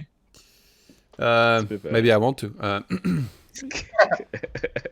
Yeah, no, it's tricky with the ping. Like, do you guys have any knowledge actually in networks and stuff? Like, is there a chance that one day somehow the ping is going to be better between like Australia and the rest of the world, or like China and the rest of the world, or Korea? Or is it always going to be like you have this cap which is relative to distance?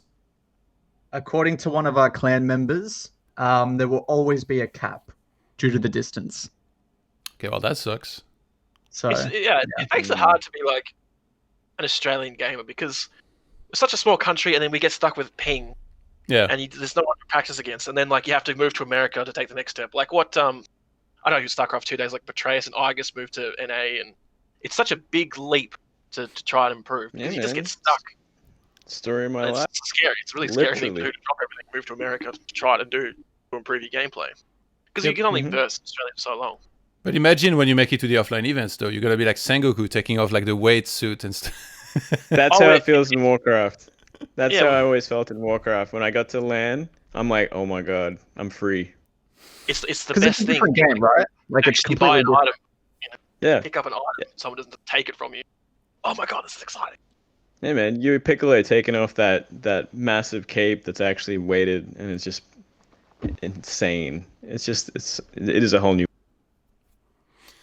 Okay, yeah. So anyway, if anybody wants to check out these tournaments, you can go to refrogged.com.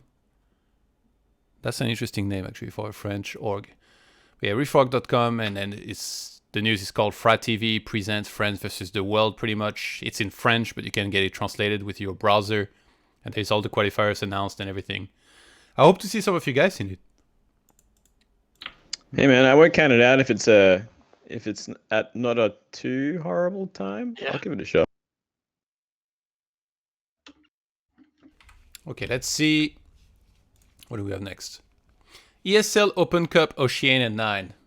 I think we're supposed to see you guys in this one at least. So that's every Saturday, so I believe, right? And it includes Australia, India, Indonesia, Malaysia, New Zealand, Philippines, Singapore, Thailand, and Vietnam. It's basically turned into let's give Remind $100. Yeah, Remind found out about them a couple of weeks ago, and we've got a new friend. How many has he won? Two? Two. Two so far. It's 2 for 2. Has he been challenged at all? Anybody win a map? No. I don't think anyone's won a map, but in his first finals, there were some pretty tight games, in my opinion.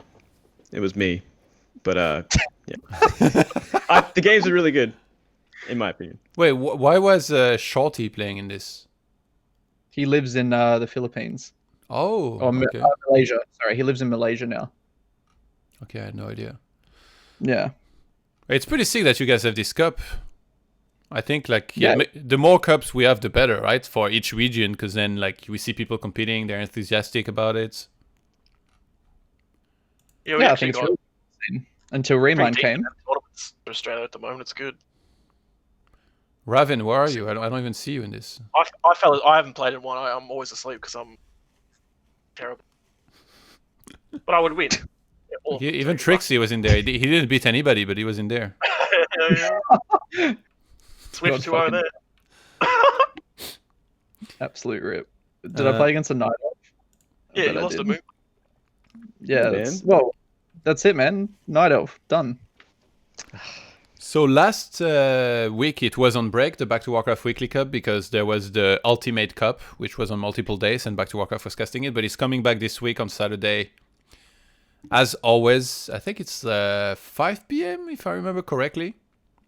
And it's just going to be the same as always, $100. 75 for first, 25 for second, and there's the yellow cap at 2,150. So it should be pretty fun. Do you guys know, if you guys wanted to play this one, do you know what the rules are in terms of hosts? No, I haven't looked because that's usually like 3 a.m. my time. So it's not really I'm not gonna do that. Do you ever see Americans in it? Well, I think sometimes, yeah. Kiwi Kaki played a bunch of times and actually went pretty deep. Thunder has been playing the ESL Open Cups, and sometimes these two. Wow. These guys are crazy. Thunder from Korea is like, I don't even care. Man, that'd be like 4 a.m. or something crazy. Well, He does it yeah. all the time when he leagues for us. He'll go to sleep at like 4 in the morning and wake up 2 hours later to play. Pretty yeah. It's good Passion. like that. Come get that easy money, you know? There's And the he's a yellow good-looking cap. rooster as well. You ever seen a picture of Thunder? My goodness. That guy is I very know good looking. Yeah, I know Thunder is in real life. I hang out quite a bit with him when I was in Korea. Yeah, he's a really cool guy and very handsome. Does he look as good as are the photos like photoshopped, or is he like No, he looks looks like a even god better in for real life. He's a oh, that's god. insane. Yeah. Yeah, so that's coming up this Saturday if somebody wants to sign up. Again, I believe that it's 5 p.m. It doesn't say on the page here, but yeah. It's broadcast on Back to Warcraft, as always, one of the popular tournaments that we have.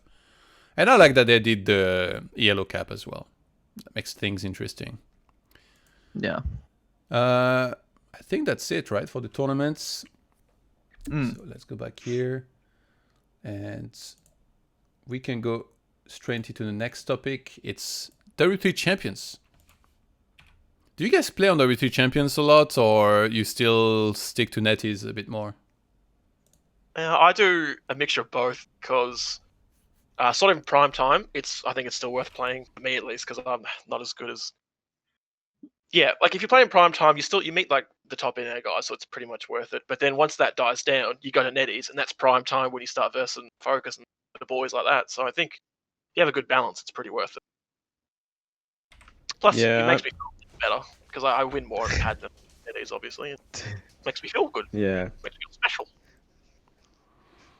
I'm exclusively netties essentially, just because I still work all day. So well, I'm sure everyone works, but I work, and then when I get off work, it's usually dead and on pad. So I go straight to netties, and I do pretty well netties, and I'm getting all the good players. I'm like always top 100 now, so it's been pretty good for me.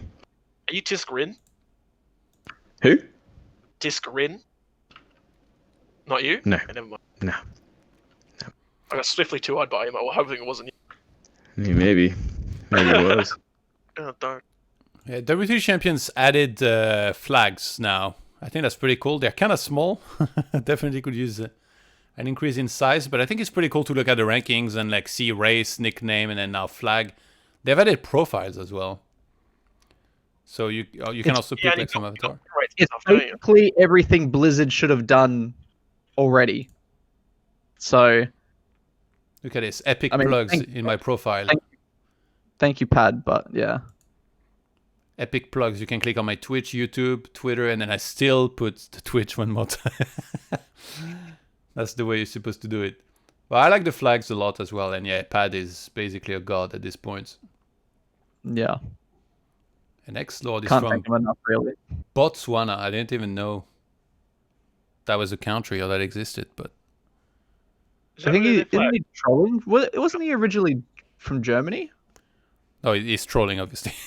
X-Lord is a German troll, yeah. But yeah, no, like great rankings, great platform to play on. It's pretty cool that we got FFA now as well, even though I personally don't play it. There is 2-on-2, actually, which I've been playing a lot of, and which is a ton of fun.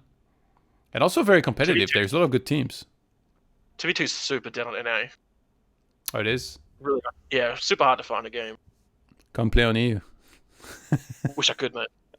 I played one game, 450. See you, mate. 450. Yeah.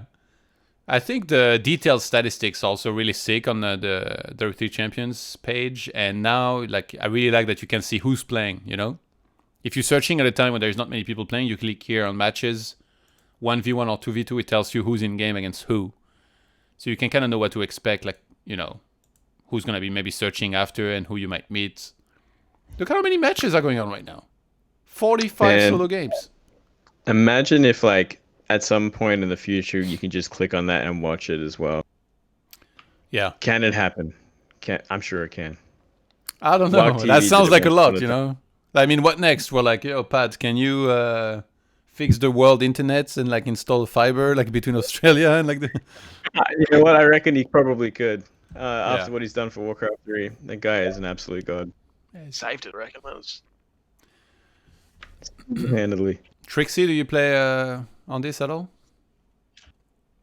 Yeah, I've been repping my negative win rate human lately, so it's been fun. I understand why you don't like playing against Undead. Yeah, why is that? Yeah, because it's a bullshit Imber matchup. That's why. That DK Lich Pit Lord Destroyer Fiend stat push onto the Expo is fucking retarded. Not a fan. Yeah, scroll down, you'll see all the human losses. Let's see. Human versus Undead, 41. Human versus human, 16%. Well, it's not many games. But yeah, versus Orc, 20%, but it's only 1 in 4. Only Night Elf is easy, apparently, for you. Yeah, I mean, that matchup is, easy. But, no, I think, you know what? Do you know what I realized, Todd? Tell me. I realized, you complain for a good reason, right? Because at first, I watched you complain about Undead, and I was like, no, this guy's he doesn't know what he's talking about, right? And then I go ahead and play against these Undead players as human, and I don't consider them great players, and I just get my dick kicked in, and I was like, all right, this matchup actually is retarded. Well, that's how you know it's imbalanced, because if TrickSy can't beat NA players with his human, it's broken. Is that what we use as like the reference? Yeah, that's the benchmark right there. That's the benchmark. Actually, so what bothers you the most when you play human against Undead, TrickSy? I reckon it's the old Rod of Necromancy. Harassment into statues with permanent mana and health, into permanent harass, into can never get rid of them, into killing every single peasant. Pretty annoying. Yeah. Do you think the Rod of Necromancy change is going to help a lot with this, or? Yeah, I think it's going to help a lot in the matchup early on, because I think Skellies in general were a little bit too strong in that sense. Yeah, I think it's a good change. I think you'll appreciate it for sure. That's assuming they're not just going to Crypt Lord Expo every game, but we'll see. Yeah. So they haven't announced yet what they're gonna work on, I think, in terms of like what's gonna be added to W3 Champions. But before there was a poll which FFA won, so now there's FFA on the ladder. Neutron actually doing not too bad on this. 15 wins and 6 losses. And it's good to see ToD's actually playing a bunch of FFA. Well, yeah, a lot of people have been trying those out. Damn, what? Demon's League is 1 and 4? You know what? I like the idea of FFA and I enjoy playing FFA until the shit called politics start happening, right? Yeah. Where you know, like 2 players will be like, "Oh, Orc is strong. He has 10 expos. Go kill him," right? And you only have like 1 expo, and you're not that strong, and then they team you, and then it's just like a constant cycle for an hour. And I'm just like, fuck this. I want to play Warcraft 3, not try and convince 3 other players that I'm not strong. No, man. Well, you got to be the guy throwing out the accusations. It's half the fun. You'd be like, wait a second. Like, Undead's got 5 expansions and he's level 5. Quickly get him, and then get the other guys on board while you mass chims at the back. And then once they're done, you kill the next guy. I reckon FFA would be way better if they just disabled chat. They disabled player names, I think. Do they currently? Yeah, I think so. I think, remember. but maybe with W3 Booster, I think you could still see. But in game, it's just say like player 1, player 2, player 3 for like all the opponents. I don't like the like you have to negotiate whatever, and like you have to be a bit of a snake. Kind of play weak, take expose, and I'm not a big fan of all that. Like, yeah, I almost wish that FFA would be more like.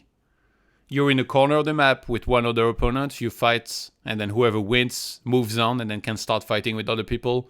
Now there's too much teaming potential, which I think is a little bit stupid, so that's why I don't play FFA personally, but I can understand that some people enjoy it.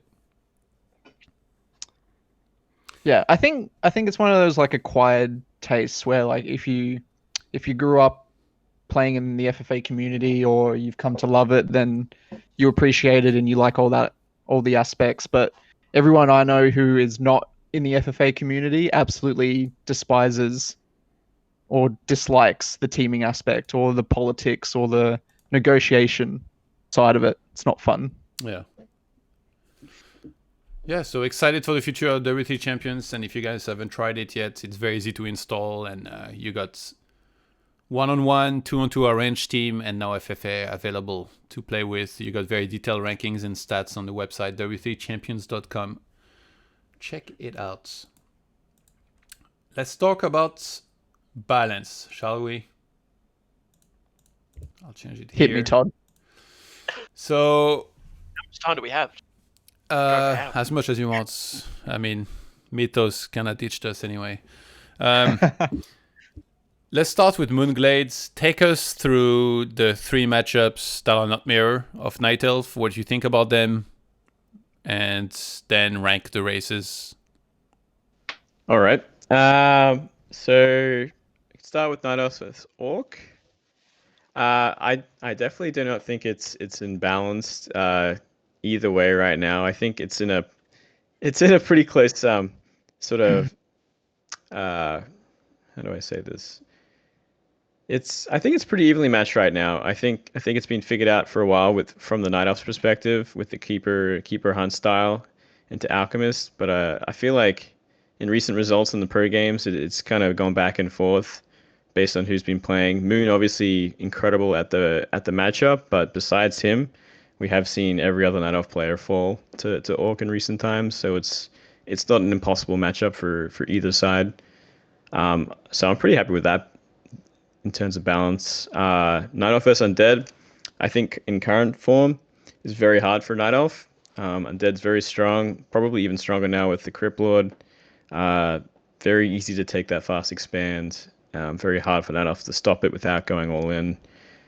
I think that's probably Night Elf's most challenging matchup right now. And Night Elf versus Human continues to evolve in recent meta with the Keeper first, with the Archers. It's kind of got spicy again, so I definitely think it's a bit more of Night Elf favored right now. Not too far, but I think Humans will react to it and kind of get used to this new style and then be good against it again. come back to a fairly even matchup, depending on the map. And ranking the races, I think it would go.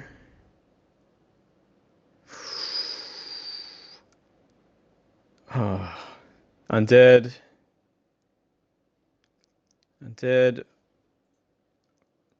Orc, Human, Night Elf, done. Undead, Come at me, Orc, Ravin. Human, Night Elf? That's what I feel right now. So Night Elf is the weakest. You're 100% positive. But not by far. Don't get me wrong. Okay. Trixie, what do you think? Yeah. All right. So, Orc versus Elf. Definitely not balanced. Definitely in the Elf's favor. I would say 65-45 for Elf. I think Wisps are just too strong. I think Wisps are too good. I don't think you should be able to spend 60 gold and get an AoE 50 mana burn. I think it's just ridiculous. And I think the things that Orc have to do in order to try and counter that are just stupid. It's unnecessary and we shouldn't have to do it. You mean just splitting? Or like split. Well, you say just split, but half the Night Elves that you verse on NetEase, they'll bring like 2 Wisps from the front, and then they'll bring 2 Wisps from the back, and there's no avoiding the mana burn, and then you have to run away, and it's just stupid. Like, I just don't think you should be able to spend 60 gold and get a 50 mana burn AoE unit. I think that's probably my biggest gripe with the matchup, if I'm honest. Yeah. I think if Wisps weren't as strong as they are against Shamans, I wouldn't have a problem with the matchup in general. But yeah, I just think Wisps are too strong in the matchup. I think something should be done about the Wisps. What would you do? Well, I don't know. That's you know what? Like, it's one of those things where you think it's too strong, but you don't know what to do to change it so that everyone's happy. Or you don't do something that doesn't affect the other matchups, right? Because I'm thinking about Orc versus Elf, but I know if they couldn't do that against Human, Human would just make some Sorks and they just win the game instantly, right? Because Dryads aren't that good against slow dispel. Yeah. So yeah, it's hard for sure, but I don't know. I just, and I'm sure Raven would agree, like Wisps are just way too efficient of a unit against the current meta. Even with Talons, when we had Walkers and they just bring fucking 4 Wisps and mass dispel them on the first push, right? Like, and we just have no Walker mana. Like, I just don't think you should be able to do that. Orc versus Undead. I mean, traditionally, I would always say, as much as I wouldn't want to admit it, Orc's not Imber against Undead, but I think in standard play, Orc versus Undead, Orc's definitely Imber. Probably a 70-30 matchup if we're going to be realistic looking at results.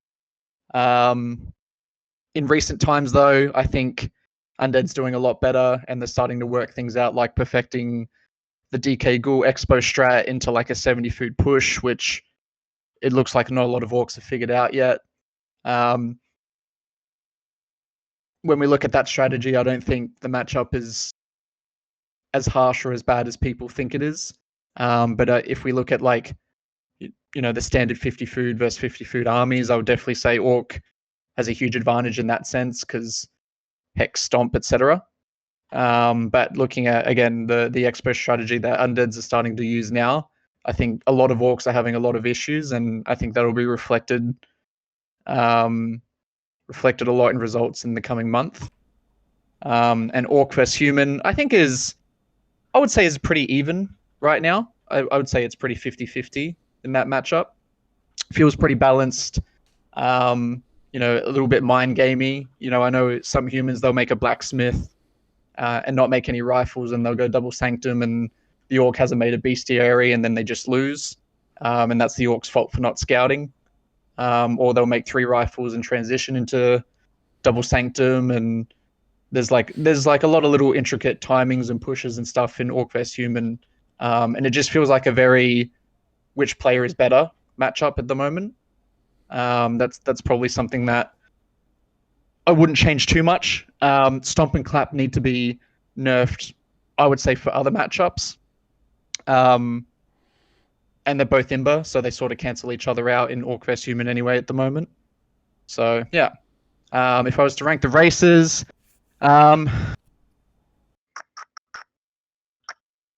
it's hard. It's really hard. I'd probably say Undead is the best right now.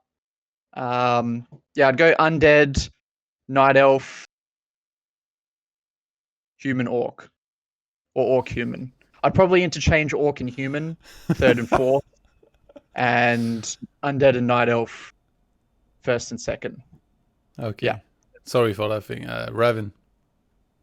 Okay, so yeah, touch on Orc vs Human. I think it's in a really silly state right now where it's just imbalance running at imbalance.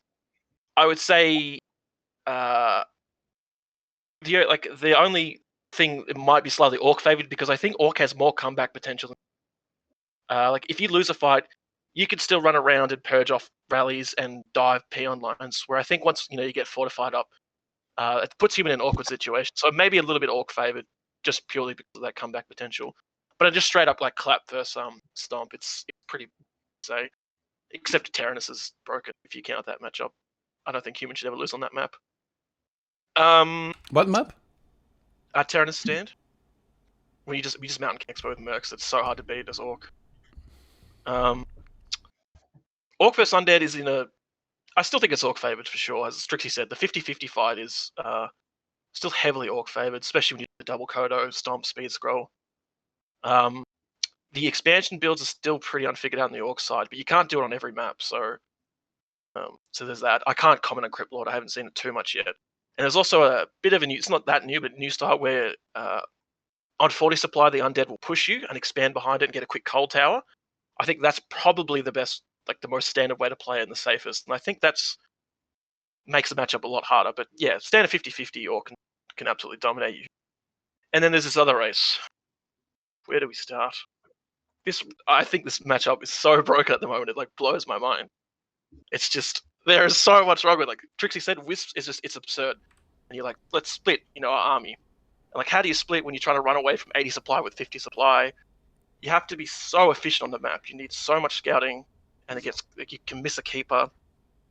The amount of pressure the keeper can exert on you early is like very difficult, and also the amount of variation that not enough have at the start is really hard as well, because there's like 7 different Keeper the Grove builds, and you have to know what one it is.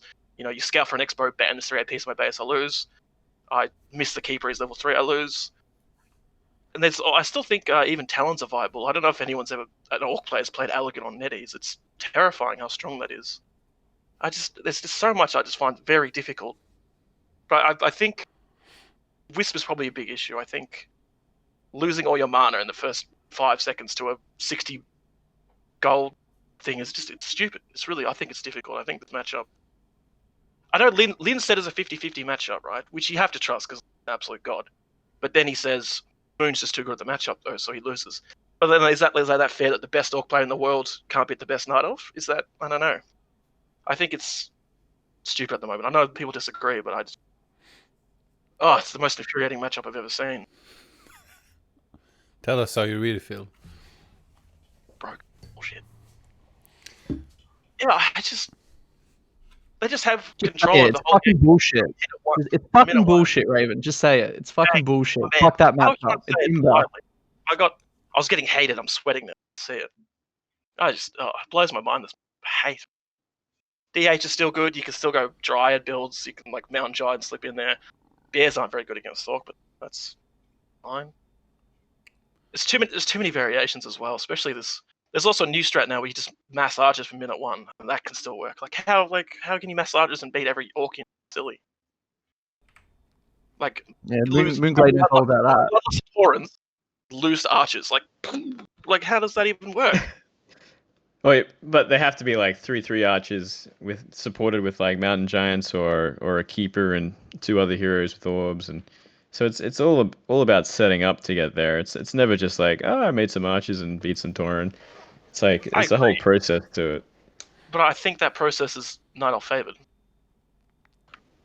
Because on this map I have to send a peon here, cover this side, and scout with my grunt here, and then this keeper's like, oh, thank God the land, and he just like creeps the whole map and you miss it, and it's just like, I don't know, I hate it. It's crazy. I think it's like the worst map I've ever been. From the other side, I run into orc players that just completely shut me down, and it feels like the most one-sided sort of game I could ever have, just because that keeper didn't get away.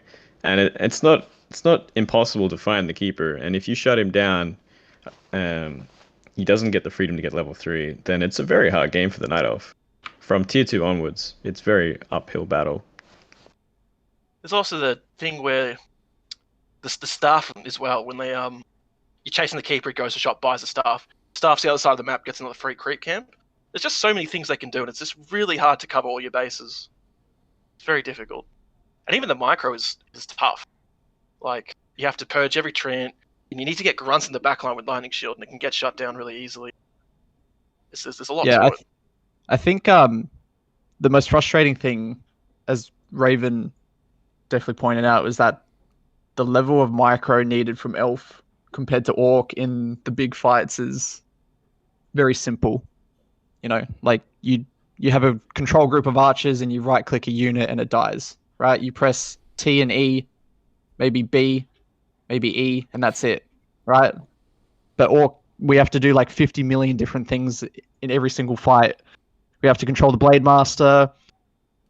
We have to be using heal wards, hex, heal waves, purge, lightning shield, speed scroll, micro back, manually putting grunts into your archers with lightning shield, putting lightning shield on the Blade Master.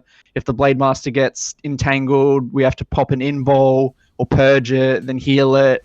Like, there's just a lot of things we have to do compared to what the elf has to do. And then the worst part, and then you just bring 6 wisps out of nowhere and you dispel all our shamans and that's it. GG. We have to speed scroll away and that's it. So there's also their base race potential is phenomenal. Like, like a group of hunts gets into your base, that's it. All your peons are dead, your town hall's gone. It's so hard to cover all your bases against it. I think that too much pressure. mOOnGLaDe, you look like you're dying inside, mOOnGLaDe. Are you alright? I knew what to expect from these guys, so I'm like trying to measure how much I want to argue with them about this, because there's no winning for sure. But I know. Just say the base trade potential is monumental. By the way, I'm sorry, but I have to say, yeah, you have 45 on tier 2, dog. Like, have you seen what 50 supply hunts do? Yeah, have you seen what? Make some more towers. They kill 5 towers in 2 seconds, and then if you don't have shamans there, you can just make 10 treants and they kill everything. Like, it's ridiculous. I should have added the CC Master or whatever to the list of tournaments, so you guys could have seen that all the top tier players were there, and it was a lean fly finals, just smashing a bunch of fails as well. Well, they're good players. I'm terrible. Actually, that's. Can you rank the races first, Ravin, and then I want to ask something? Oh, Night Elf, Orc, Human, Undead. Really, Undead last? Whoa, Undead is the weakest race? I think so, yeah. Okay. You said Night Elf, Orc, Human, Undead. I think the talent pool for Undead's very low. I think you're sitting there hoping happy 120, where all these other races have quite a representative. At least you rank your race second. That's the first. Oh, I think we're in a good spot. I just think Night Elf the matchup's broken. I don't think the bad spot at all. Besides that, I think even Orc. You think Night Elf's the best race? Yeah, because I hate Night Elf. So it's not really objective. I don't care. I don't know other matchups. I wonder, guys, Fair enough. So when we lose in a game and we start thinking, this race is really good against mine, blah blah blah. How much do you think? Is it you having a hard time against a race as opposed to your race having a hard time against a race? I think for me it's mental boom. If Lynn's saying it's a 50 matchup, I have to believe him. I got that guy's talent. Since day one I played Warcraft 3, man, this race has just tilted me off the face of the planet. I lost a tournament not long ago to some guy off racing Night Elf, and I literally just Which like a spiral of depression for like 2 weeks. I wouldn't speak to anyone. It's just like I can't handle it.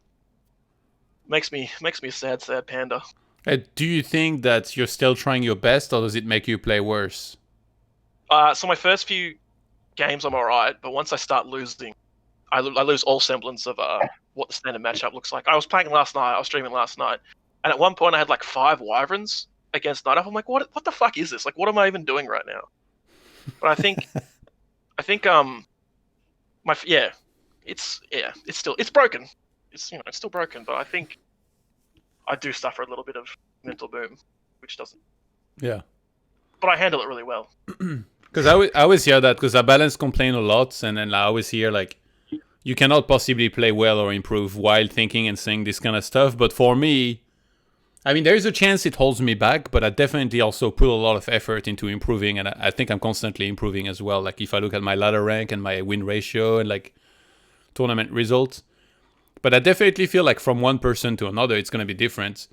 And there is for sure some people in the scene that complain a lot about balance, and you can see that if you compare what they were doing 6 months ago in the matchup and what they're doing now, it's like almost identical. They haven't improved at all. So it definitely holds some people back to like just focus so much on balance. And at the end of the day, we all play the weakest race, don't we? Like for the most part. I mean, you ranked Orc as second, but you know, like you're talking about Elf being the best race, and I see like Toxie and Muffy in the chat, you know, they're elves, obviously. They're like, yeah, this is a comedy show, like blah, blah, blah. Idiots.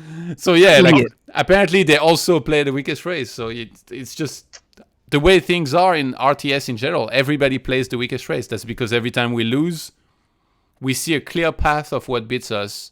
And then we think, if everybody played like this, we would just always lose. So it's like a weird thinking. Night Elf versus Night Elf, and then one else also had like another Night Elf. Am I wrong? Just saying. I think you're right, Todd. Everyone has their own reality, and everyone experiences those losses. And I definitely think focusing too much on the loss, especially if it's just your reality and there's other people out there finding ways around it, you got to look to that and kind of be, I guess, constructive with how you approach it, or it will become a thing. Yeah. Okay. So we got all of your rankings. Let's do some Q&A then. If you guys have some questions in the chats, now is the time, and then we'll do some shoutouts, and I'll let you guys get some rest, as it must be getting, was it like 11 p.m. I guess for you guys now? Yeah. 11. All right, so if you guys have questions in the chat, go ahead. We already got a first one from Death Knight 22. Todd, question about balance to all, say, 1 units and hero that you think is most broken from your race versus all matchups and most weak units and hero 1 also. If possible, say changes you would do to fix that broken or weak-ass unit and hero. mOOnGLaDe? All right, so it's picking the most broken unit. Like, is it overpowered or underpowered or either? Yeah, either, I think. And what you would do to change it.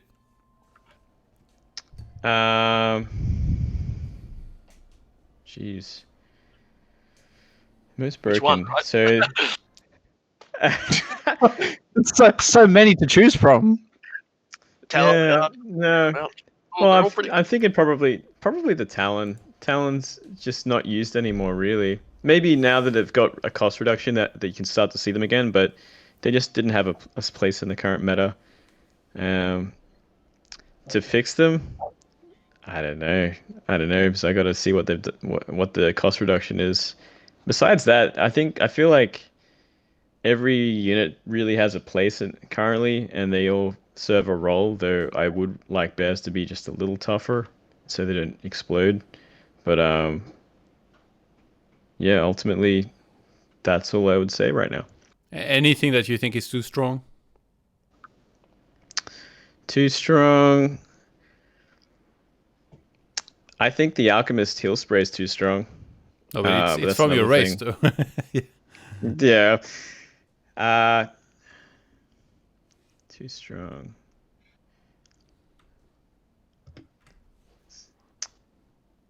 Raven, any hints? We're such a balanced race. I don't think there's really too broken. Huntress, Dryad, Mountain Giant, Bear, Druid of the Talon. Why not Chimeras? They're pretty good. Chimeras? Wisp, actually, Wisp. Wisps are fucking silly.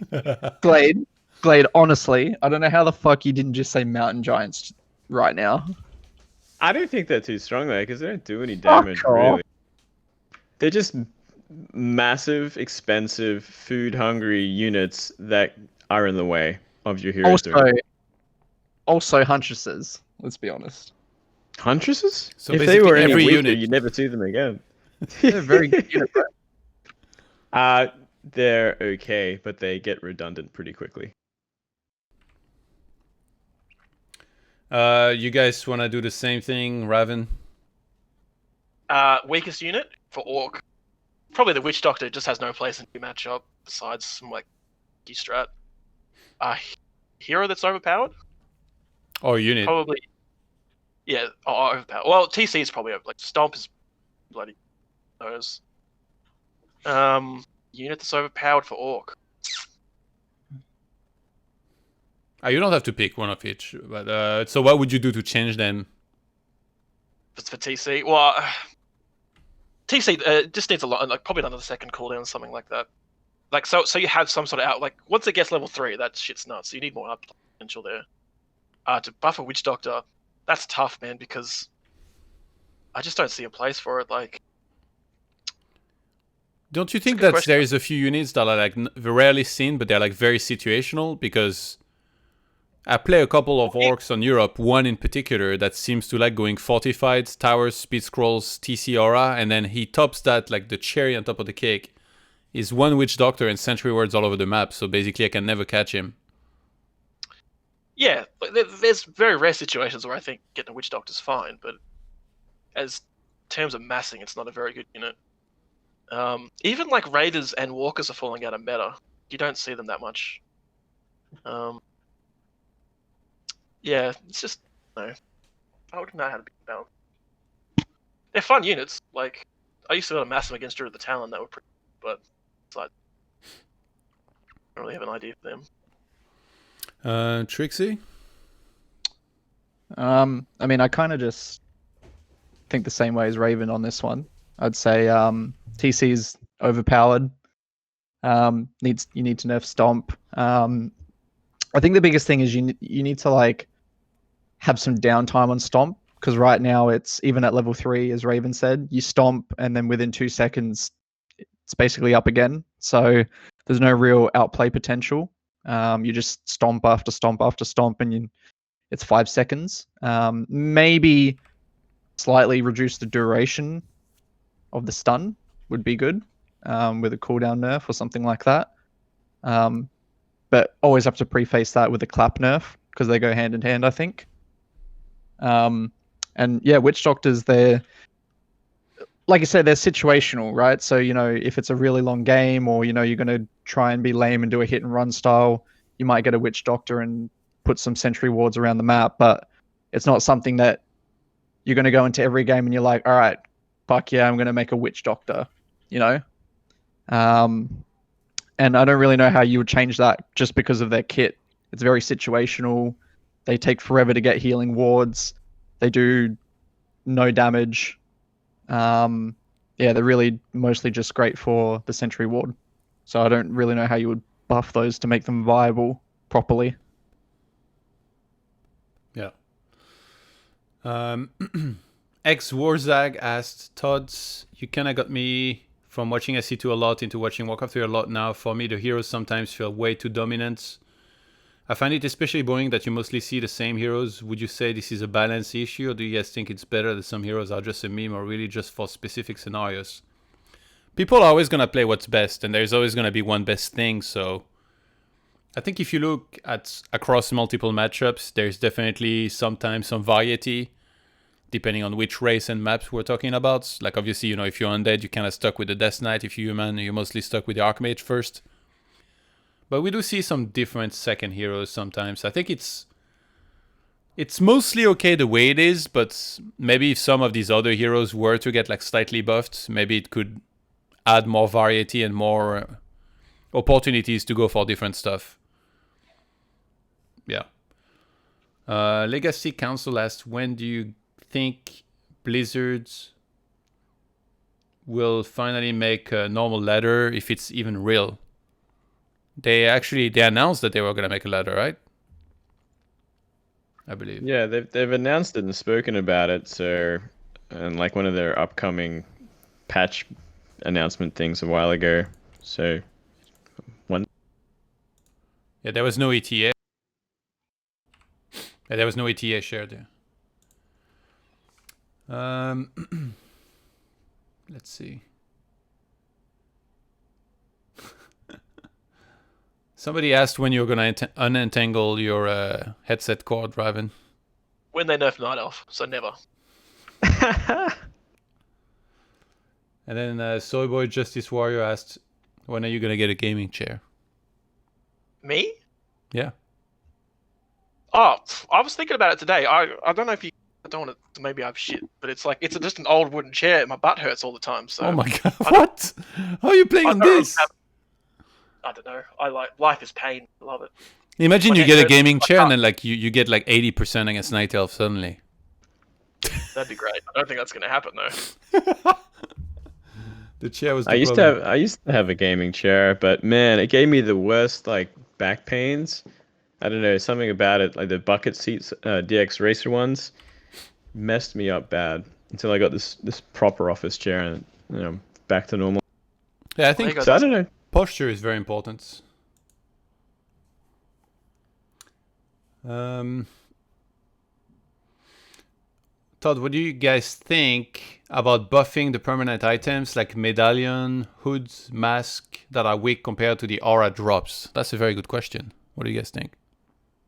I think they either need to be removed and just put like a +5 sort of thing, because they're just crap compared to aura. Maybe just like make one item that gives all 3 stats, so it's not completely useless. So like always have a place for it, and then have the auras, or maybe just remove them from that tier or something.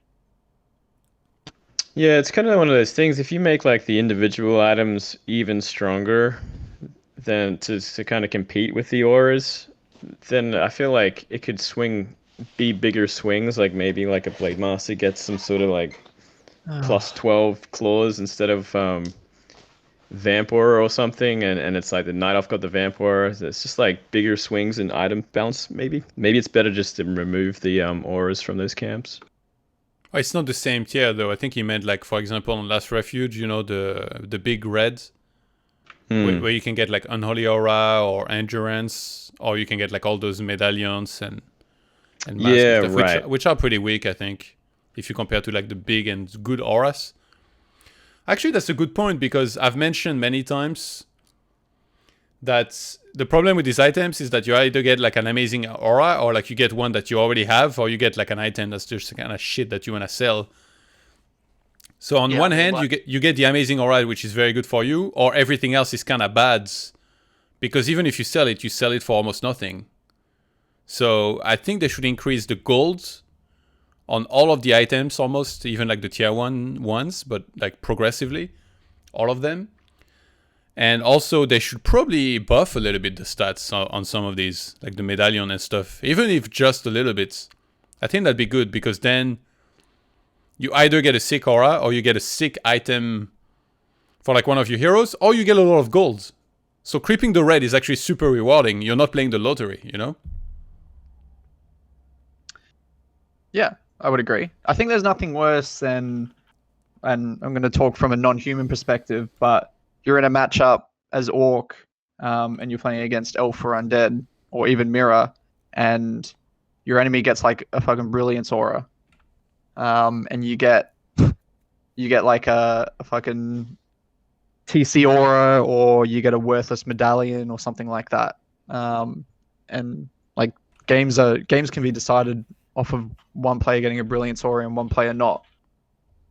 So I definitely agree. I think they need to buff the individual stats on like the mask and the medallion and that kind of stuff, and up the gold, so there's more incentive to sell if you don't want it.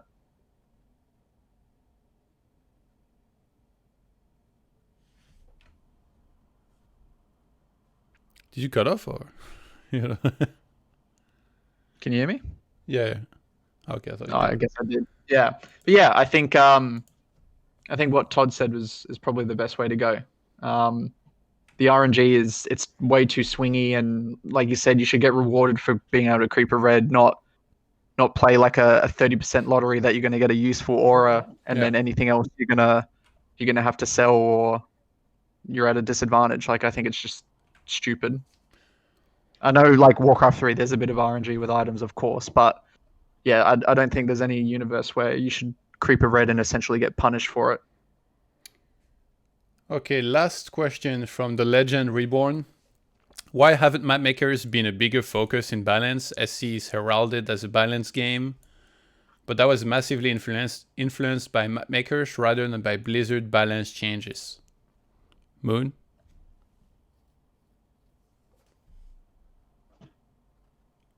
You muted, I think. Sorry, I forgot I was pushed to talk. That's a good question. It's a bit weird with Warcraft 3. It's always been one of those games where we just never had new maps, and we've had the same maps for like 20 years. So I guess that's why there's more of a focus on balance than maps, because no one's really picked it up and done it, much of it. There's never really been a culture around it, or people wanting to make new maps for it. Plus, I think it's probably a pretty hard thing to do for Warcraft 3 with all the different factors of creeps and fountains, and getting it all just right takes a lot of effort and can be abused easily. So with all those factors, maybe it's just easy to just do simple balance.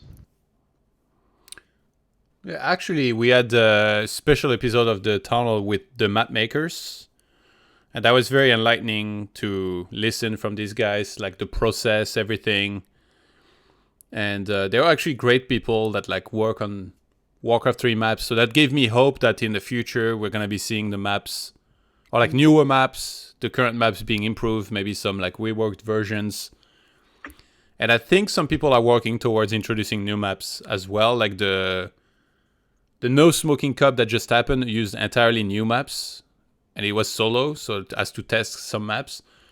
My tag team just finished, and it was like 9 maps. Like most of them were like pretty unconventional, and I'm gonna be collecting feedback from players and making an article with their feedback on Warcraft 3 info, and also sharing it to like Blizzard and stuff. So maybe we'll get some of these maps, or we'll try to get some of these maps, you know, in W3 Champions, maybe on the ladder as well. So there's definitely an effort there, and there's map makers, and they're passionate. So I think that's really cool. Do you mind if I jump in? Go ahead. Yeah, like Moon said, I think it's a great question, and I think it's something that should be addressed more. If you look at the current map pool now, the 7 main maps that are in competitive play: Echo Isles, Amazonia, Twisted Meadows, Last Refuge, CHNI, I would say 4 of those maps in a competitive environment don't belong in the map pool and should be taken out. And I think realistically, we only have 3 decently balanced maps. I think Echo Isles needs to go. I think Amazonia needs to go. I think Twisted Meadows needs to go. And I think Terranus Stand absolutely, definitely needs to go. I think Last Refuge, Concealed Hill, and Northern Isles, I think they're the most balanced maps. And I think we should strive to have more maps in the map pool that are as balanced as those 3. And I think when we do that, or if we get there, the game will be better off. But I would say, as it stands right now, we're basically stuck with 3 relatively new maps: LR, CH, and I, which are balanced, and almost every single best of 3 I have, unless the player wants to like specifically lame, they're not vetoed, because everyone enjoys playing on them, or most people enjoy playing on them, I should say. But Echo Isles, Amazonia, TM, TSLV definitely need to go, in my opinion. And we should be looking to the map maker community for 4 new competitive maps. Ravin? Yeah, so I echo the same thing. It's a lot harder to balance Warcraft 3 maps than StarCraft maps. And then, like a prime example of like if a map goes wrong, you get Terranus when you get people who aren't human just leaving the game because it's like so favored. So you got to be really careful in how you balance them. But I think new maps would be fantastic. And as Tricky said, the 3 newer maps are probably the best. So I think it's a step in the right direction. And yeah, because like the vetoes turn out the same. Like human will get rid of TM and stuff like that, and it's just the same 3 maps all the time. So it's definitely something to look at as well. And Night Elf units are too strong on every map anyway, right? Now you're speaking my language. All right, guys. Thank you so much for joining me. Let's do some shout out and then I'll let you guys get some rest. Where can people follow you? Twitch, Twitter, OnlyFans, whatever you want to mention. Snapchat, mOOnGLaDe, go up first. On all those things, follow me at mOOnGLadeAU. So that's my Twitch, that's my Twitter, even my Instagram. So thanks for having me and follow me there. Thank you. Trixie? Shout out to the Australian scene, everyone that's in Clan Z, everyone that interacts with us. Thanks, Todd, for bringing us on and having us. Really appreciate it. And you can just follow me on Twitter at tricksyAU. Ravin? Yeah, you can follow my glorious stream on twitch.tv/RavinDrannor. It's phenomenal. Check it out. You'll love it. Thanks for having me on. And hopefully you guys will tune in to the ZE Cup this weekend. It'll be lots of fun. So cheers. When are you going to get Twitter? Nah, that ain't me, mate. Wouldn't do that. There is some elves whining on there. You need to tell them what's up. Oh, well, I'd get banned straight away then. You can't get banned on Twitter. Like, you would have to go pretty damn far. Oh, really?